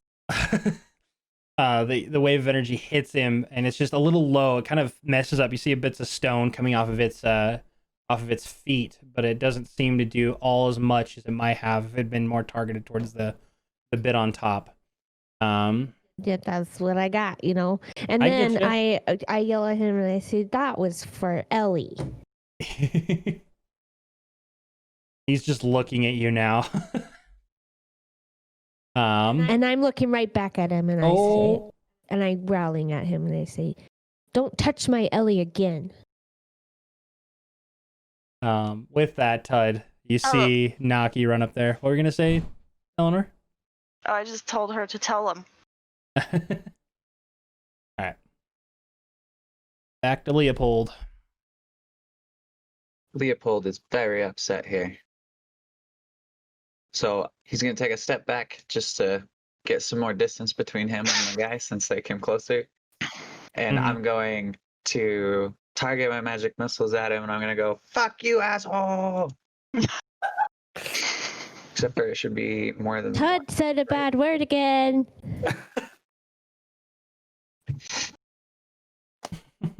And I'm doing it at the orb, just to be clear. This time it was 10 times each of those. So that's 30, Damn. 30, 50. As they all just you see the orb just get peppered with these magic missiles. And as that happens, you see the statue just kind of shrivel, and you just hear this as like a spirit seemingly is released. And as it all kind of shatters, you see all the stone reform back up. The shape like grabs its blade, resumes its position in the statue, and as soon as its blade slits back into its pedestal, a door opens to the side. You hear just a as the door opens.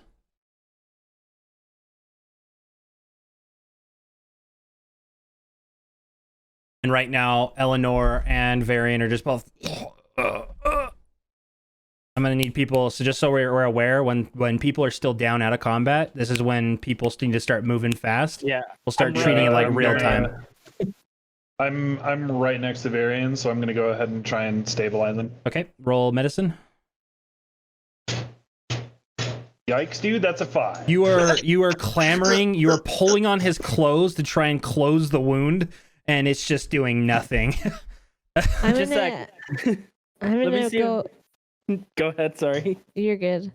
I'm gonna go up to Eleanor because I was just mad and I said that for Ellie, and then it like after all that happened, I ran over and I'm like, Ellie, I'm gonna help you, and so I roll to stabilize her. Okay. Fuck Oof. it, 7. I need both of you guys to roll your death saves real quick. Me. Injured. Oh, Eleanor was a successful one. Varian, that was your first one, I'm pretty sure, right? First fail, yeah. Yep. I rolled a 6. Okay, so both have one fail, and and Eleanor has one successful. All right, continue on. Naki, you're struggling. There's just a lot of blood here. It's bad. So I'm moving to stabilize Varian. Okay. Since I saw that Horde was having issues with it. I'm good to roll medicine. Yeah. Oh, you're struggling. Your 4. cat's Oh, claws. no. Your cat's claws are just digging in there. It's No! bad. It probably hurt, but Varian is so unconscious that he's just he's struggling. With that, both of you roll another death save. no. If I lose a character, I'm gonna be pissed. Success. 15. Ooh. 6. Oh, both of you save. to- That puts Eleanor up to 2 and Varian up to 2. Since I'm already standing here, because I rushed Wait, that puts over Varian here. up to 1. My bad. Varian, you're at 1 and 1. I thought he got one earlier. I'm at 2 successes, Ricky. Oh I shit. rolled during combat. Oh fuck. My bad. All right. Yeah, you had it mixed up with Eleanor. Yeah. It's a lot of numbers. Anyways, keep going. Keep moving. I'm gonna try and save Eleanor while I'm here. Okay. Hey, yeah. You just kind of you take quickly, knowing that Todd doesn't care. You rip a bit of your sleeve off, and you just quickly are just tightening around, and it gives just enough structure that you are stabilized, Eleanor. Oh my god. Eleanor, we can't afford to lose you. You have 1 HP. Meanwhile, back over here, anything going on with Varian? I'd say you guys can keep attempting. You guys are just I'm gonna try it one more time. okay. Shit! Oh my that's a God, it is. 4. He has to. Yeah, there we go. Now 3 16. saves. You stabilize yourself, and as you start to come to, you see Harudal just desperately trying to push the 2 pieces together, and you're just struggling, dude. You are bleeding profusely. Hey! I got a 19. If only that would have done something. He just made it. Paying his claws, he looked at you and he's about to like put it together, and you just go, no. No. Fine. Just let me put you back together. It's chill. I'm good. This is gonna be a really cool scar. All right. All right. As That's right, you Varian, guys, that'll be a great scar. as you guys are kind of looking at the room, because you heard stone moving, Varian, as you're kind of coming to, you actually see at the bottom of the pedestal, there was a door that kind of opened down, and you just see a little chest just tucked in that pedestal there. Hey, guys, I think I might be a little delusional, but I'm pretty sure there's a chest under that statue. Ooh, a chest. I'll I go- like treasure. I'll go check it out. Naki gets there, and Pang kind of is looking over her shoulder. Oh. You both are kind of opening up the chest, and you open it, and you just see just a bunch of old, like old like collectibles. So like old little like there's like an old a cup in there, but it's like really old and dusty. But you notice that one of the other pieces, it looks like a little like ceramic container, seems to have just this light red glow coming out of it. Ooh, everything in here is so old, but this thing seems different. It's glowing red. Should I That pick is- it up? Should I That pick it is up? glowing red. Should I pick it up? Just Dare me to pick it up. Dare me. Do it. Oh no. I dare you, Hell? Naki, do it. What's glowing red? What's up, Dolly? You want me to pick it up? Don't pick I it up. dare you. I What double happened? dog dare you. What happened to the ring? What happened to the ring earlier? It hurts me, but this look it looks harmless enough. It's not I- gonna bite me. I can't put it on my finger. I'm gonna pick it up. The ring was glowing red when it bit you, though. But I had to put it on my finger. I didn't have to pick it. I was holding it and it wasn't hurting me, and then I put it on. I learned my lesson. I'm not gonna stick my hand in it. I just want to pick it up. And pick it she up. picks it up. As she picks it up, the ring actually pulses with a red energy, and you see this red area pulse just shoot out as whatever liquid was in it just shoots through you into the ground as this wave of energy hits. Everyone in the party recovers 10 HP. Ooh. Hey. And the ring Wow. seemingly lets go Okay. from you. Oh, Whoa! Hey, the ring came off, and I feel great. See, aren't you Nice. glad I double dared you to do it, Naki? Well, So- I trust you with all of everything, and don't. Okay, maybe don't trust me that much, but I really appreciate that. you and Ellie are like Are- the best. But are we also, still hearing look, my her arm is jingle? okay. Yes. Well, that's great, Naki. That's fantastic. Oh yeah, this entire time you've been hearing from Naki's backpack, but she's always playing something. Just this little faint, just jing jing jing jing jingling as you're walking around. Doo, doo. Yeah, I have a little bell on my back. Yeah, sure. Uh-huh. It's Yep. the bell. Uh-huh. Yeah. Yep. Just helps you keep rhythm on the songs, right? Yeah, it's like when I learned how to play, they would have to ring the bell, so I know how to do it.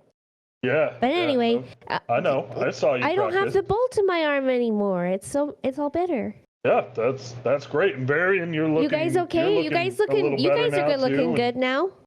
Oh, thanks. I feel like I always look good, but yeah, I feel good. I mean, yeah, you're quite a handsome fellow, but you're looking healthier now. Yeah, you right. Yeah, Varian, your guts aren't spilling out everywhere anymore. That's good. That's very fortunate.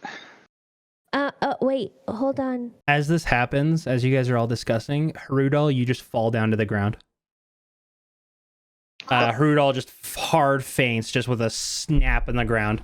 Everyone Like besides completely- Harudal, please leave the call or completely go mute. Deafen your screen. We will message you when we are ready. Muting and deafening.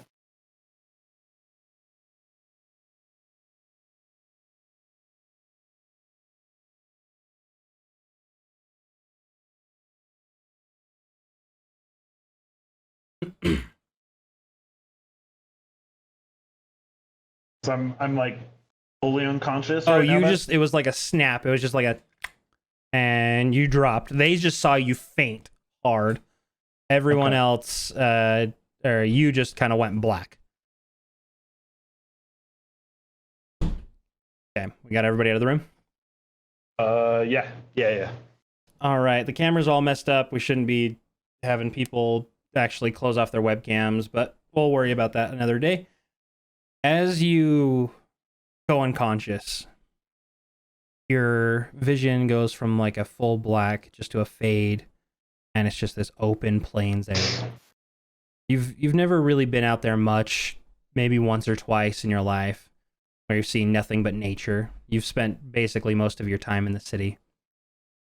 The brush moves with a nice windy breeze. And there in the field, you see that same gnome girl, just about 100 feet away. And she's just standing still this time. Can I approach her. Yeah, you start walking. She then turns and grabs something from the ground, and she has a little flower. And she smells it, and she's like, "Does it smell good?" And reaches up to you with the flower. You notice as you pound down, you don't have any of your equipment. You're just wearing your normal clothes. And since she's a gnome, she's like half my height, right? Oh, she's tiny. She's like 3.5 feet. She's I'll reach out to her and kind of bend down a little bit and take the flower and smell it. As you smell the flower, you just feel this like warm feeling just go over you. Just this washing feeling as it goes through your body. You feel a surge of energy you've never felt before. And you feel different. But like more, how do I put it? You just feel this immense warm feeling you've never felt in your entire life. And with that, your vision fades. And it comes back into, and you're back in the training pits for Aros. And there, stood ahead of you, is Holman. And he's currently tending to kind of some of the cleanup from other people. You can see Pang walking off in the distance.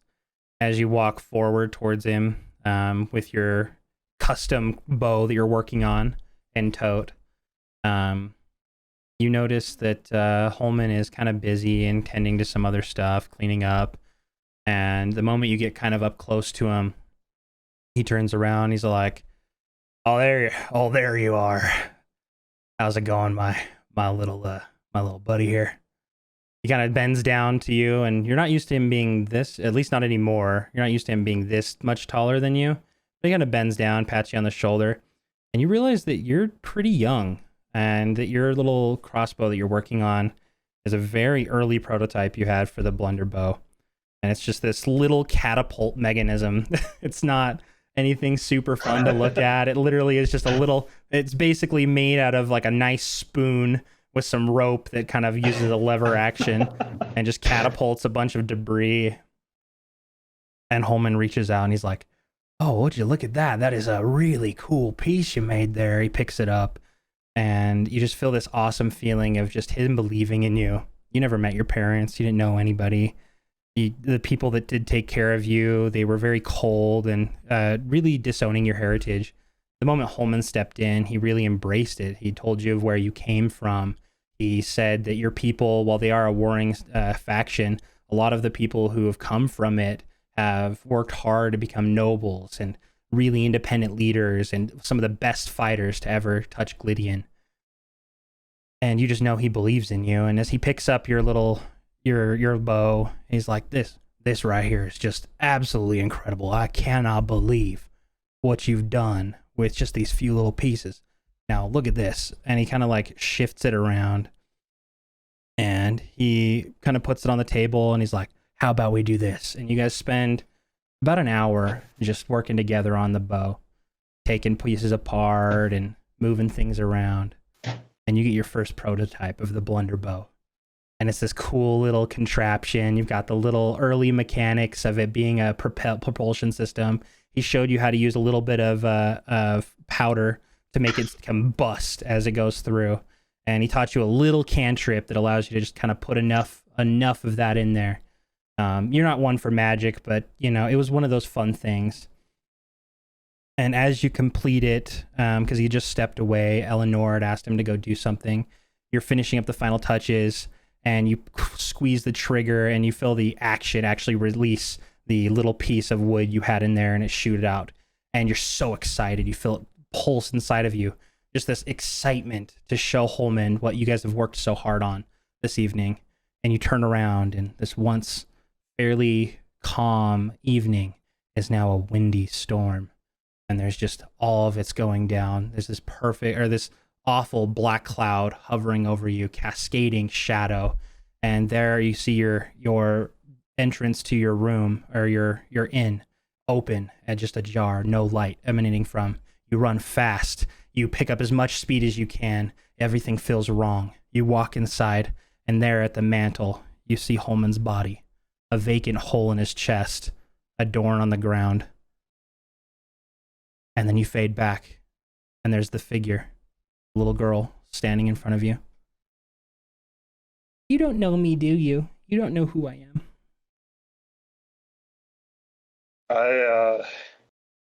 I don't believe I know a thing about you. Well, you see, I've been watching you for a long time. I think you have a lot to do in this world, a lot more than you really know. All I can say, at least for now, is you have a purpose far greater than well, I hate to be kind of crushing to you, far greater than the pursuit of vengeance. But that's a time for another day. Take this. And she rummages in her pocket, and she hands you this little chain. There's this like well-woven chain adorned with the occasional gold leaf as it goes around and around. And she hands it to you and puts it around your wrist. And as you do that, you come to. Call everybody back into the room.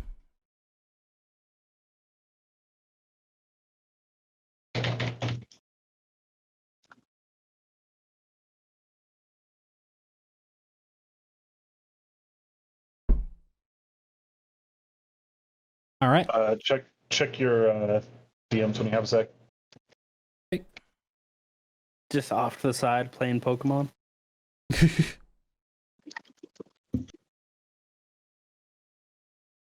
For a second, I couldn't hear anything because I forgot I turned my volume on my headset down. You're good. Just waiting on Josh and Lexi to get back.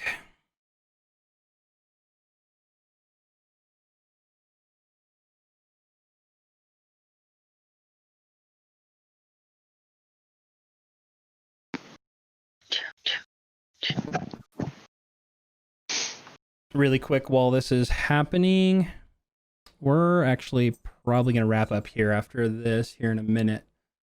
Okay. What, you don't want to go for another, like, 3 hours? Bro, I'm tired. Same. Trust me, I normally would love to, because I look forward to this every week, but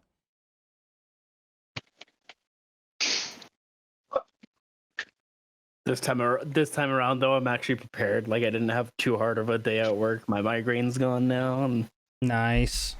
Oh, yeah. I'm One tired. sec.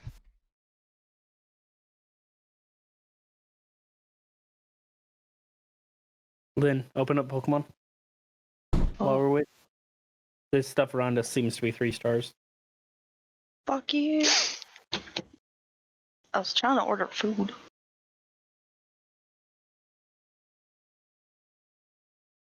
Pokemon's take a couple minutes. Food will still be there. I don't need any of this shit. Still 3-star, though. Hey, Papa. Yo.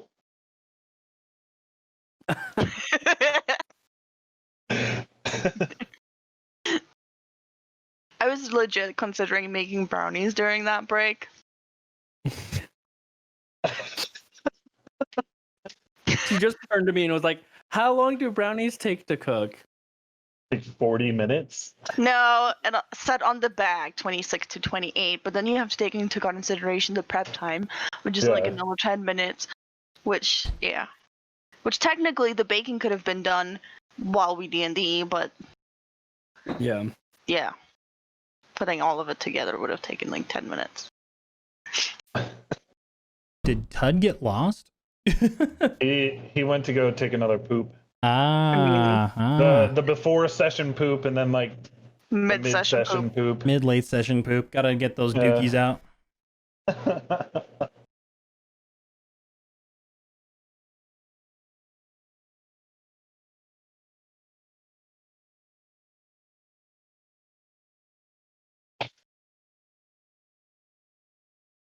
How's everybody feeling tonight? Good session so far? Yeah. Mhm. I'm actually not dying Yeah. this time. Yeah, you're Yeah, right. it does Varian and Eleanor got fucked. I was legit stressing. Like, I was legit, like, fucking afraid that I was gonna lose a character for the first time in my D&D history. Like, whew. I That was about was to be really mad. tough right there. I've never lost a character, ever. So, Have you lost a character yet, Kyle? Negative, Captain. Playing it safe. I think We're lucky. with that, I think we're gonna act as if Tud's here, just because we got to get some stuff done. okay. We'll just pose as if he's there. All of you rushed to Harudal, who was just not active. He's still breathing. He's just unconscious. You guys are all just rushing around, and then maybe 10 minutes later, just as he reaches or raises up from his slumber and quickly reaches at his blunder bow, just like iron grip on it, and just trembling. And there in your corner of your eye, Harudal, you see the same little girl just peering from the little corner here on the corner of the door. And she just walks in the door. None of you guys see it. What are you doing here? Looking after you. Why do you ask? No. Not. Also, you need to. You okay? You need to like calm down with that blunderbow. You guys aren't seeing this little girl. Nope. She's right there.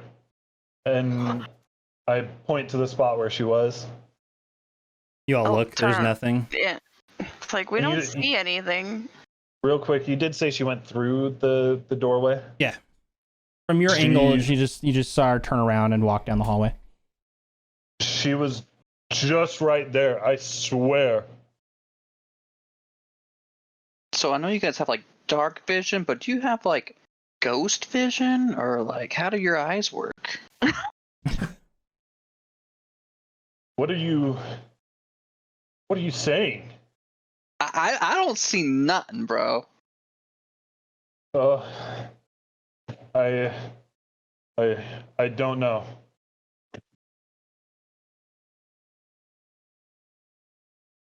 Eleanor, is he feeling alright?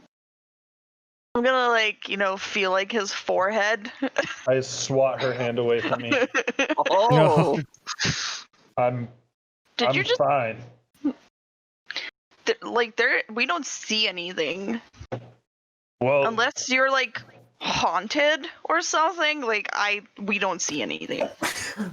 maybe you all were just paying so close of attention to me you didn't see her. She's been here. I've seen her over and over again. Do you see her anywhere else other than here? I saw her on the way down here.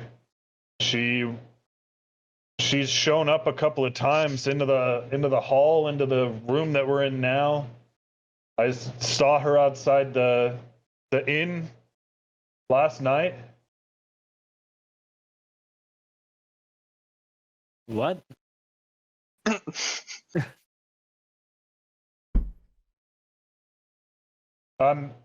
So what did she say to you? Like, did she say anything in these encounters? The main thing I remember is she told me, "Come find me," and then ran off. I'm gonna grab your hand, Horadal, I do not swat her hand away. and I'm looking into your face, and I say, "Don't worry, Dolly, I believe you." And then I go up to your ear and I whisper, "It's okay. When I have imaginary friends, I have to. They talk to me like that too. We'll go find your imaginary friend. It's okay." I let go of her hand. Naki, I swear to you, this is real. I know. Me too, Dolly. Let's go find it. Hey, yeah, I mean, I'm with Naki. Like, let's go find the little girl, I guess. We gotta go find Dolly's imaginary friend. Why does she keep running away if she says for you to find her? I mean, if she's right there, then why does she run away? I don't know. I mean, the only thing I can think of is that she died somewhere, and you're like somehow the person that she wants you to find her and help her. I don't know. Oh, frick, so you do have ghost vision. I don't know about ghost vision, but I've never had a conversation with her longer than 10 seconds at tops. And I swear to all of you, I don't know what's happening. And I don't know who she is. But I need to find out. Okay, well, let's go find her. Where did Yeah, you Doc. last see her? You pointed over there in the hallway. Yeah, she walked through the other hall that opened. Okay, I run up over here. I'm like, okay, and I turn around and I say, okay, let's go. Yeah, I'm gonna help him up. Like, I will accept your hand this time. thanks, butthead. As you lift him back up, you guys all start to make your way down. You guys make your way into here. It's actually just as you get in, you don't see anything. You guys are all kind of keeping an eye out after everything. You don't see anything adoring the hallway. You guys make your way into this room. And you notice a door halfway ajar right here. Yeah. This room you entered, it's just a place where you'd assume the rest of the family lays. You see a bunch of elven royalty, but these ones are fully sealed. Like they're all the way to the ground. You see a pile of rocks on the side. This torch is also lit, by the way. The door is just ajar, and from the inside you can just see the foot of a body just on the ground. Can I push open the door and run into the room? Yep. You just hear as the door cracks all the way open. And you guys rush into there.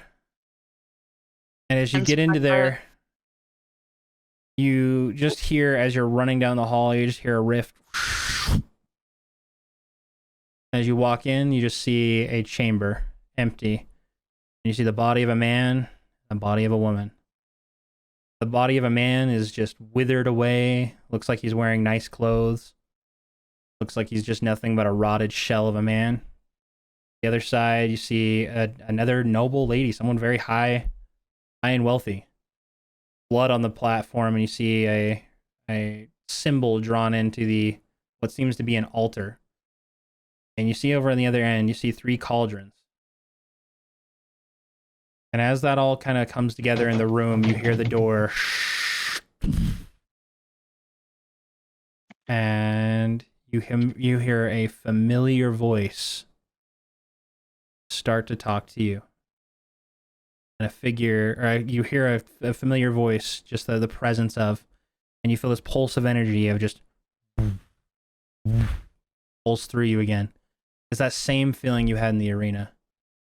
The same just as it runs through you, and a black rift opens up, and that same figure who took Holman steps through. We'll continue this next week. You motherfucker! Fuck! You suck. I love you. I also hate you. You see, the best part about doing stuff like that is it makes you excited for your next session. I'm always excited for True. next session. Are you shitting me? Well, this is It just like an doesn't extra matter. benefit. It's just an extra benefit. You know what I mean? I'm just extra excited. Oh, I'm not Fingers excited crossed. about this. Fuck this guy.